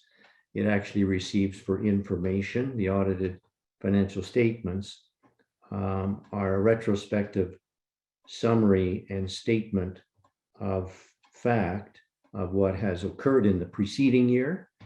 And in that case, they're not subject to amendment. They are what they are. They are certain to comment. What is up for discussion and approval going forward is generally the budget and any other directions or comment that the AGM or the RA wants to make. So past and historic practice and the usual is that you receive the financial statements for information, and then of course make any comment, observation, or recommendation you wish. So the suggestion is to change approval to information. Next slide. The term with proper credentials for entitlement to attend or to vote at the RA was thought to be a little bit unclear, and is suggested to use a more commonly used term, which is in good standing. It was suggested that this would benefit from clearer definition, and the special it is being suggested by the board that the special committee be asked to consider providing an actual definition, but to retain the words in good standing rather than with proper credentials as a more commonly used term. Finally, there was a suggestion that motions passed, add the clause, if motions passed at a meeting without quorum would not be binding or enforceable. It was accurately observed to the board that that's generally covered in Robert's rules, doesn't need the clarification in the bylaws. It doesn't change practice, but it would also be suggested by the board, this simply be referred to the special committee as well. That's the, those are the proposed clarity changes to the bylaws. So I'd leave it, Dr. Strydom, if there are any questions regarding those changes. Thank you, Dr. Sharfstein. Are there any questions? We do have some. We have a hand raised from Dr. Geller. Dr. Geller?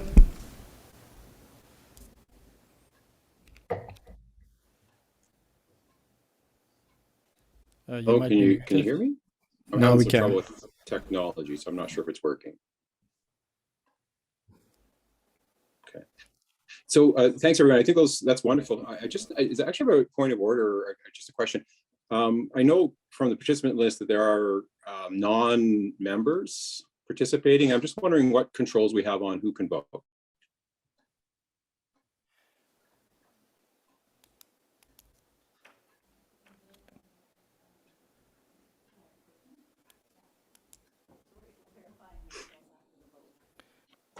We are verifying the results after the vote, and we know who we can attach who voted. Yeah. So non-members are being taken out, Dr. Geller. We can verify that only those people with the right to vote voted, Correct. and only those votes were counted in the final tally. So that need to be done after. Well, I guess yeah, it does call into question the results.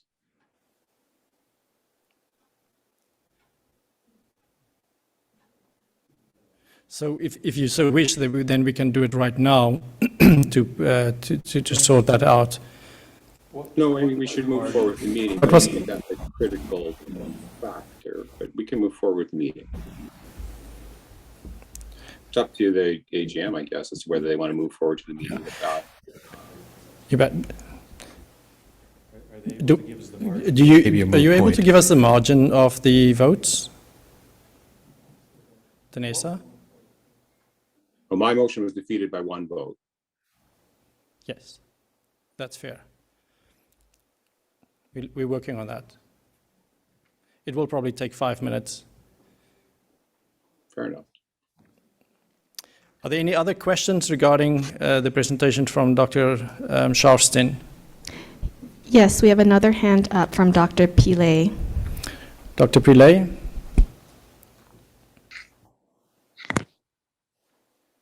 Hi, thank you. I just wanted my mute sign there. Dr. Sharfstein, thank you again for that review. Could you please clarify in those adjustments what a member in good standing, who is the member in good standing with the college, the SHA, their local association? Should we not be clarifying that? Thank you. Yes, I agree, Dr. Pillay. It should be clarified. And so it should be, a definition should be added to the bylaws, and that's why the suggestion from the board is to refer that to the special committee. The intent is in good standing with the Saskatchewan Medical Association and your medical staff and your local medical staff association, which would include having paid your dues, etc. But you're right, it should be clear, and the board is therefore suggesting that the special committee be asked to consider that and a definition be added to the bylaws for that term. Thank you. Julie, do we have more questions? We do not have any more questions at this time.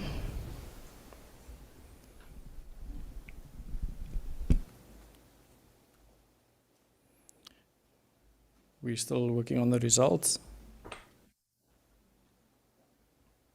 We could proceed if you want, Dr. Strydom, while they're collecting the Yes, results. We've got another section to present before the next resolution. Please, would you go ahead? Okay. So these now are, there were a few as well circumstances where the board thought that the bylaws did not quite align with the actual practice. The first was that the outline of the members of the board didn't include 3 that were currently members, the chair, a student, and a resident.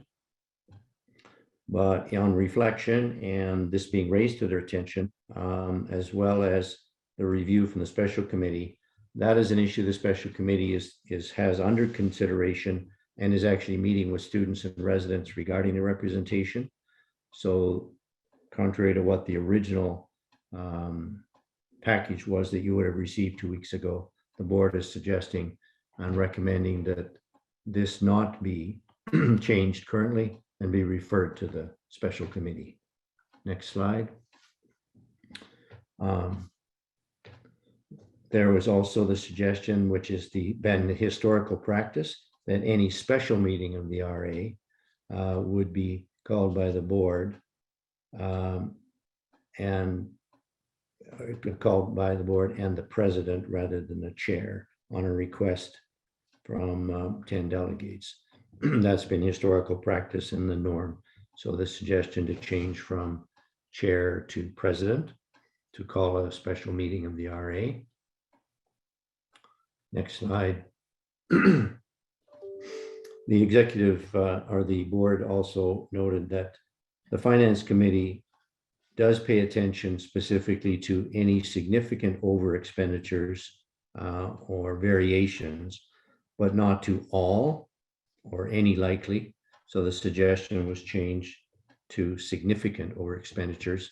Currently, the finance committee uses a guide of 10% variation from budget or $10,000 variation from expenditure as a trigger where it should be required to have it brought to its attention specifically. Next slide. There was a proposal to delete the sections referencing the Legislation and Policy Committee. This is a bit of a unique situation in bylaws, and the special committee is it's suggested by the board, should be asked to review this. Two committees are specifically referenced in bylaws, including their composition. That's finance and nominating. But at the end, which is where we talk here about amendments to the bylaws, there is a reference to the Ledge and Policy Committee being required to make recommendations. But it isn't specifically outlined in any other place in the bylaws. It has been pointed out by one of our members that that's a very significant committee. The reason for the recommendation of its deletion is that the board has assumed that responsibility over the last at least 2 years and has had great difficulty in being able to find members willing and able to staff that committee. So it has assumed that responsibility. The board is recommending, though, that in light of the points that I've just raised, that this be kept and that the issue would be referred for consideration by the special committee. Next slide. Comments or questions, please?